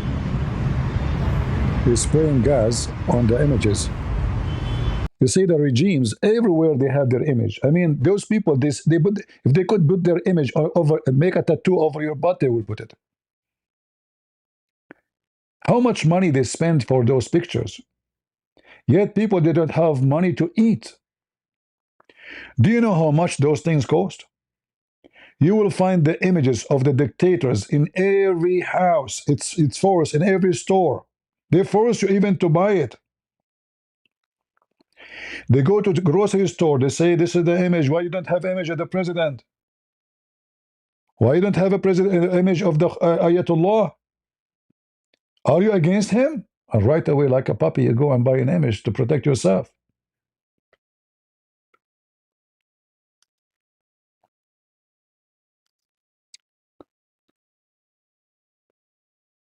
Exactly the same as North Korea, the same all of those filthy men who idolize themselves, and their pictures everywhere.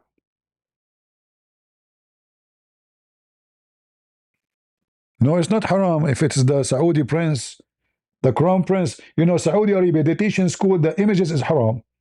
And then the pictures of the king of Saudi Arabia and the crown prince everywhere.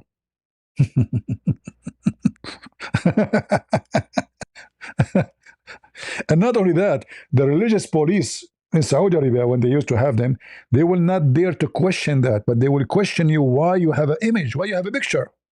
Shame on you.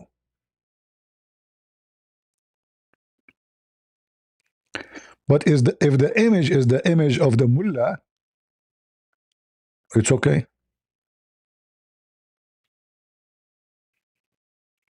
No problem.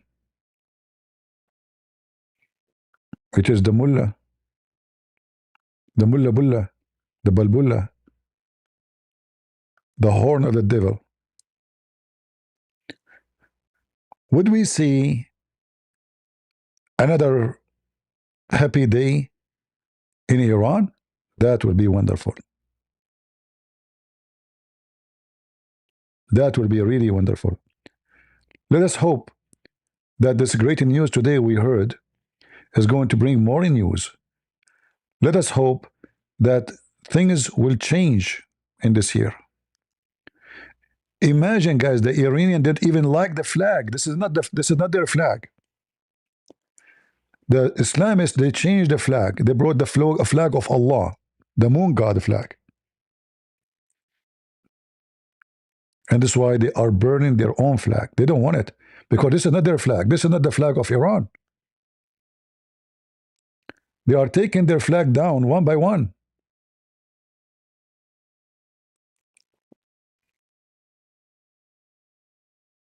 And those are Iranian. And those are not woke. Those people, they love their country, not like the woke in America. The woke in America, they hate America and they support Iran. And here you see, ask yourself, how stupid those woke American not to understand that the one who live under such regime, who support a free Palestine and Gaza, is the last one who like to live there.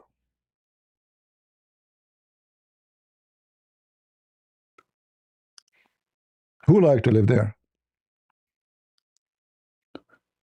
It's not because Iran is a bad country, but because Iran is a bad country today. The mullahs destroy it. If there is no freedom, there's no life. When somebody dictates to you what you can wear, what you can eat, what you can say, you are just nothing. You are a piece of dead meat.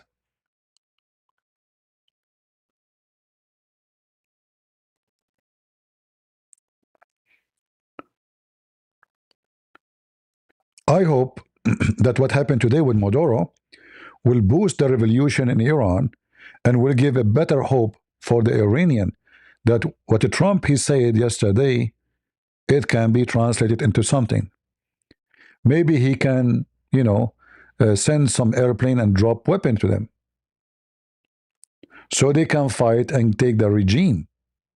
Maybe they can help to make them to capture some warehouses of the army and some airports so they can be equipped and able to take over the regime. Because such a regime, you cannot take it out by talk, not by hugs.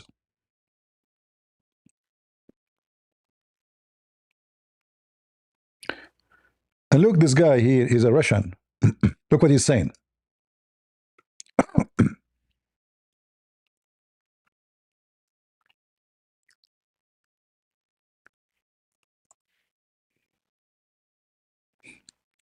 Look, guys, what he's saying. This is a Russian guy, truth teller. Isn't it cool how former CIA Director Mike Pompeo admit that the Mossad behind the protest in Iran? Let us say that the Mossad is behind the protest in Iran. Who is behind the attack in Ukraine? Who is behind bombing train stations and putting bombs in the railway in Ukraine? So it's okay for you to go in Syria, to go in Africa, to involve in the war in Sudan, but it's not okay to the Mossad. Right? Regardless if this post is true or not, if I am an Israeli, I will be the first one to support. Do you see how stupid you are? Same time, if the Mossad, they say to the Iranian, go. Why the millions Iranian, they will obey the Mossad? You see how hypocrite they are? So this guy is a Russian, and as usual, you know, in Arabic we say, إِنَّ الطُّيُورُ عَلَى أَشْكَالِهَا تَقَعُ. The birds will gather around their own kin, the same kind of birds, chicken with the chicken. What we mean here, when you are evil, you are evil. So this Russian man, who is evil, obviously, he supports the regime who is killing Christians and Muslims who convert to Christianity. And yet they go on TV and they say, today Putin, he went to church because he celebrates Easter. He celebrated Christmas. And they will show you Putin drawing the cross in his neck and in his face. But they don't mind if Iran kill Christians. Anyone who convert to Christianity will hang him in the street. They use those, trucks who change the light in the street to hang them. We have Sucker Carson here.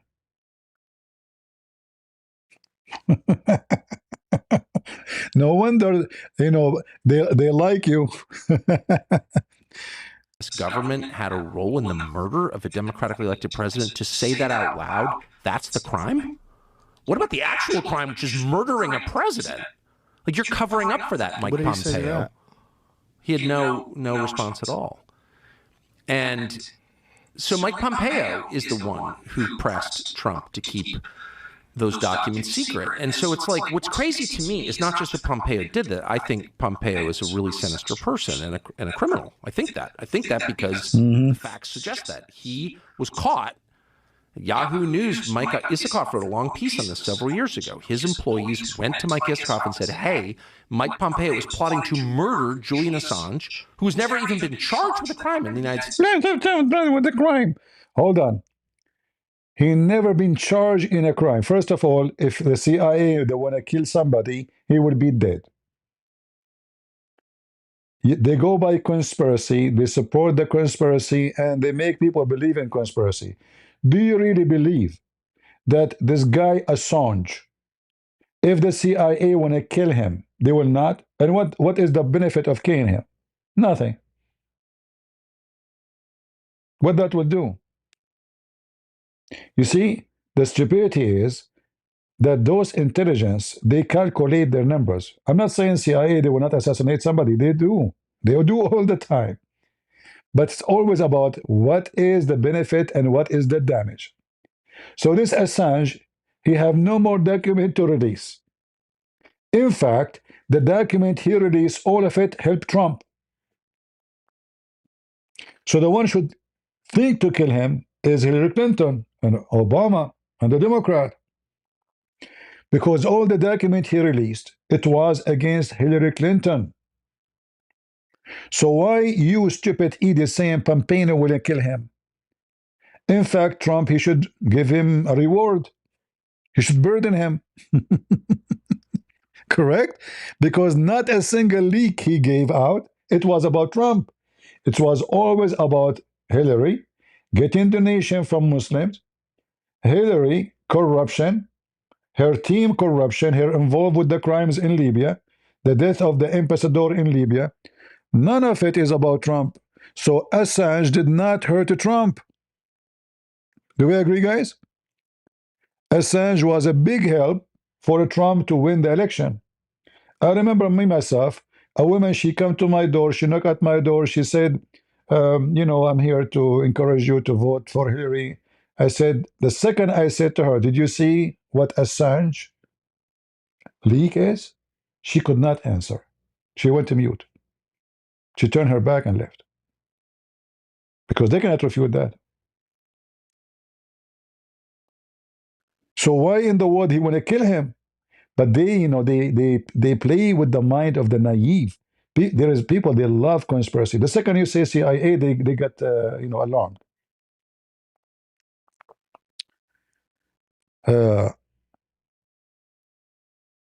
And why they don't kill him now? Like, what happened? You need to ask yourself, is he dangerous to kill him? Or like, why do they want to kill him? I mean, it's just a stupid talk. They like to make themselves, they knew everything.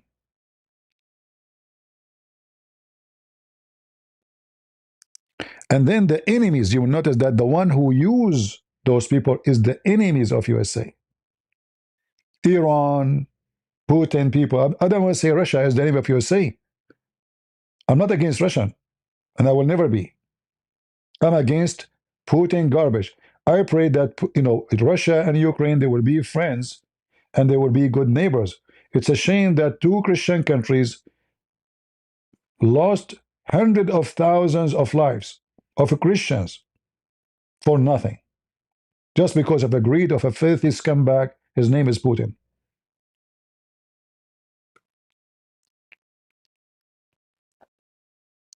So I hope what happened now will have a great impact on tomorrow.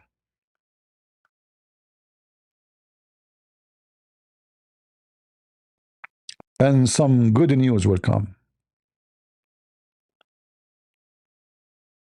And look, guys, the Iranian regime, they capture people and they force them to say whatever they want on TV.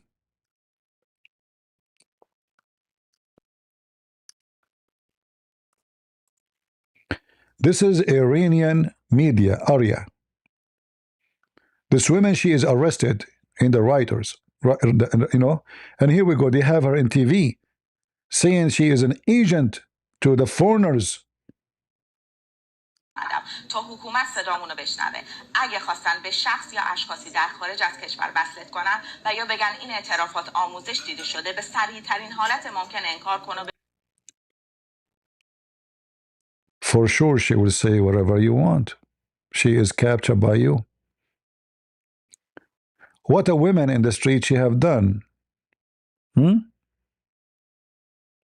Huh? They target women, actually. Do you know why they target women? Because then they can threaten the family honor with it. So they will say to them, if you do misbehave, your daughter, we have her. And you can guess what we will do with her. Very filthy scumbag regime. I hope Trump will do something.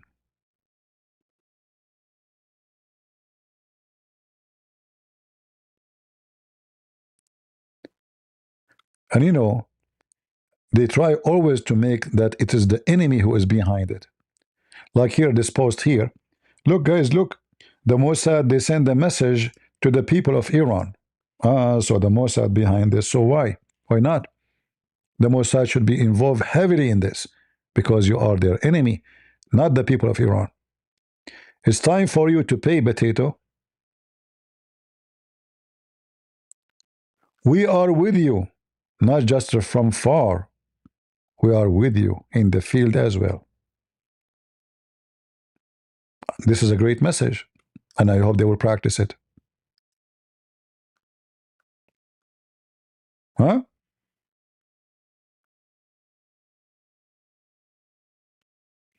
So I'm very glad for the news today, and I hope more good news will come, and we will celebrate more. I'm not going to keep you longer. I hope he will wake up every day in the morning when they see news like this. That would be wonderful. What do you think, guys? That would be great.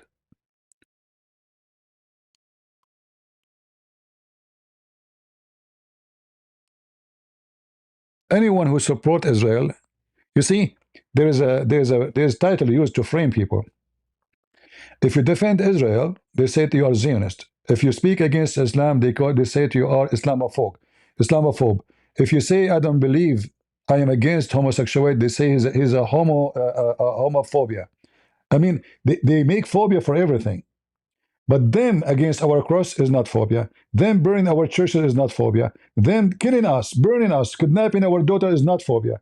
They do the act and they throw the accusation at you.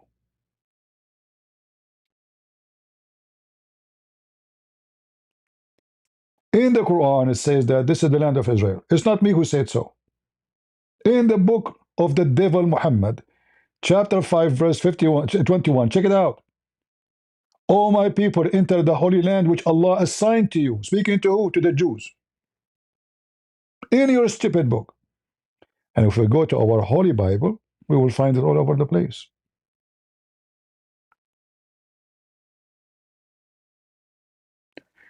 They get upset for hitting them with facts. They try to hit us with titles, Islamophobe, genocide. The Turkish have 0 Greek people in Turkey, but this is the land of the Greek. How do we have 0? Is it enough? No, they jump to Cyprus. They want to take it all. They occupy half of Europe before. And then Erdogan, he speak about occupation. He killed 1.5 million Armenian, if not more. More than 600,000 Assyrian. And not to mention the Christians in Syria and Kurdish. And then they speak about genocide. Muhammad, he killed all the Jews in the Arabian Peninsula and the Christians.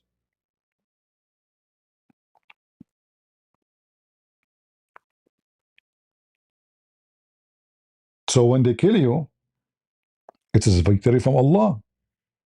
When you try to take your land back, you are an occupier. And then they will find that those stupid woke in the West, they are their best tool to penetrate. Let me explain it in a sexual way. If you have kids, please mute your microphone, mute your speaker. I will say something sexual. Islam is the penis. The woke are the condom.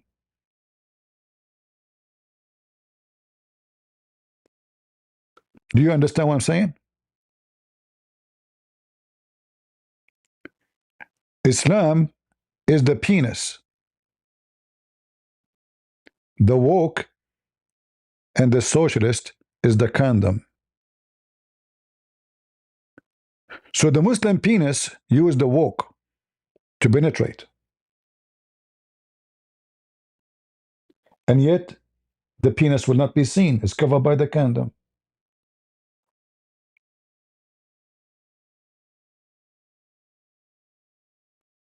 Do you understand what I'm saying? I hope you will repeat this wherever you go. And this is my own words. I'm sure you never heard it before. Islam, nothing but a penis, and the woke and the socialists are the condom for Islam. Mandani, he is using the condom of the socialist. He is the penis. So he can penetrate. Because without that condom, he cannot penetrate. It's a fact. Refute me, prove me wrong if I'm wrong.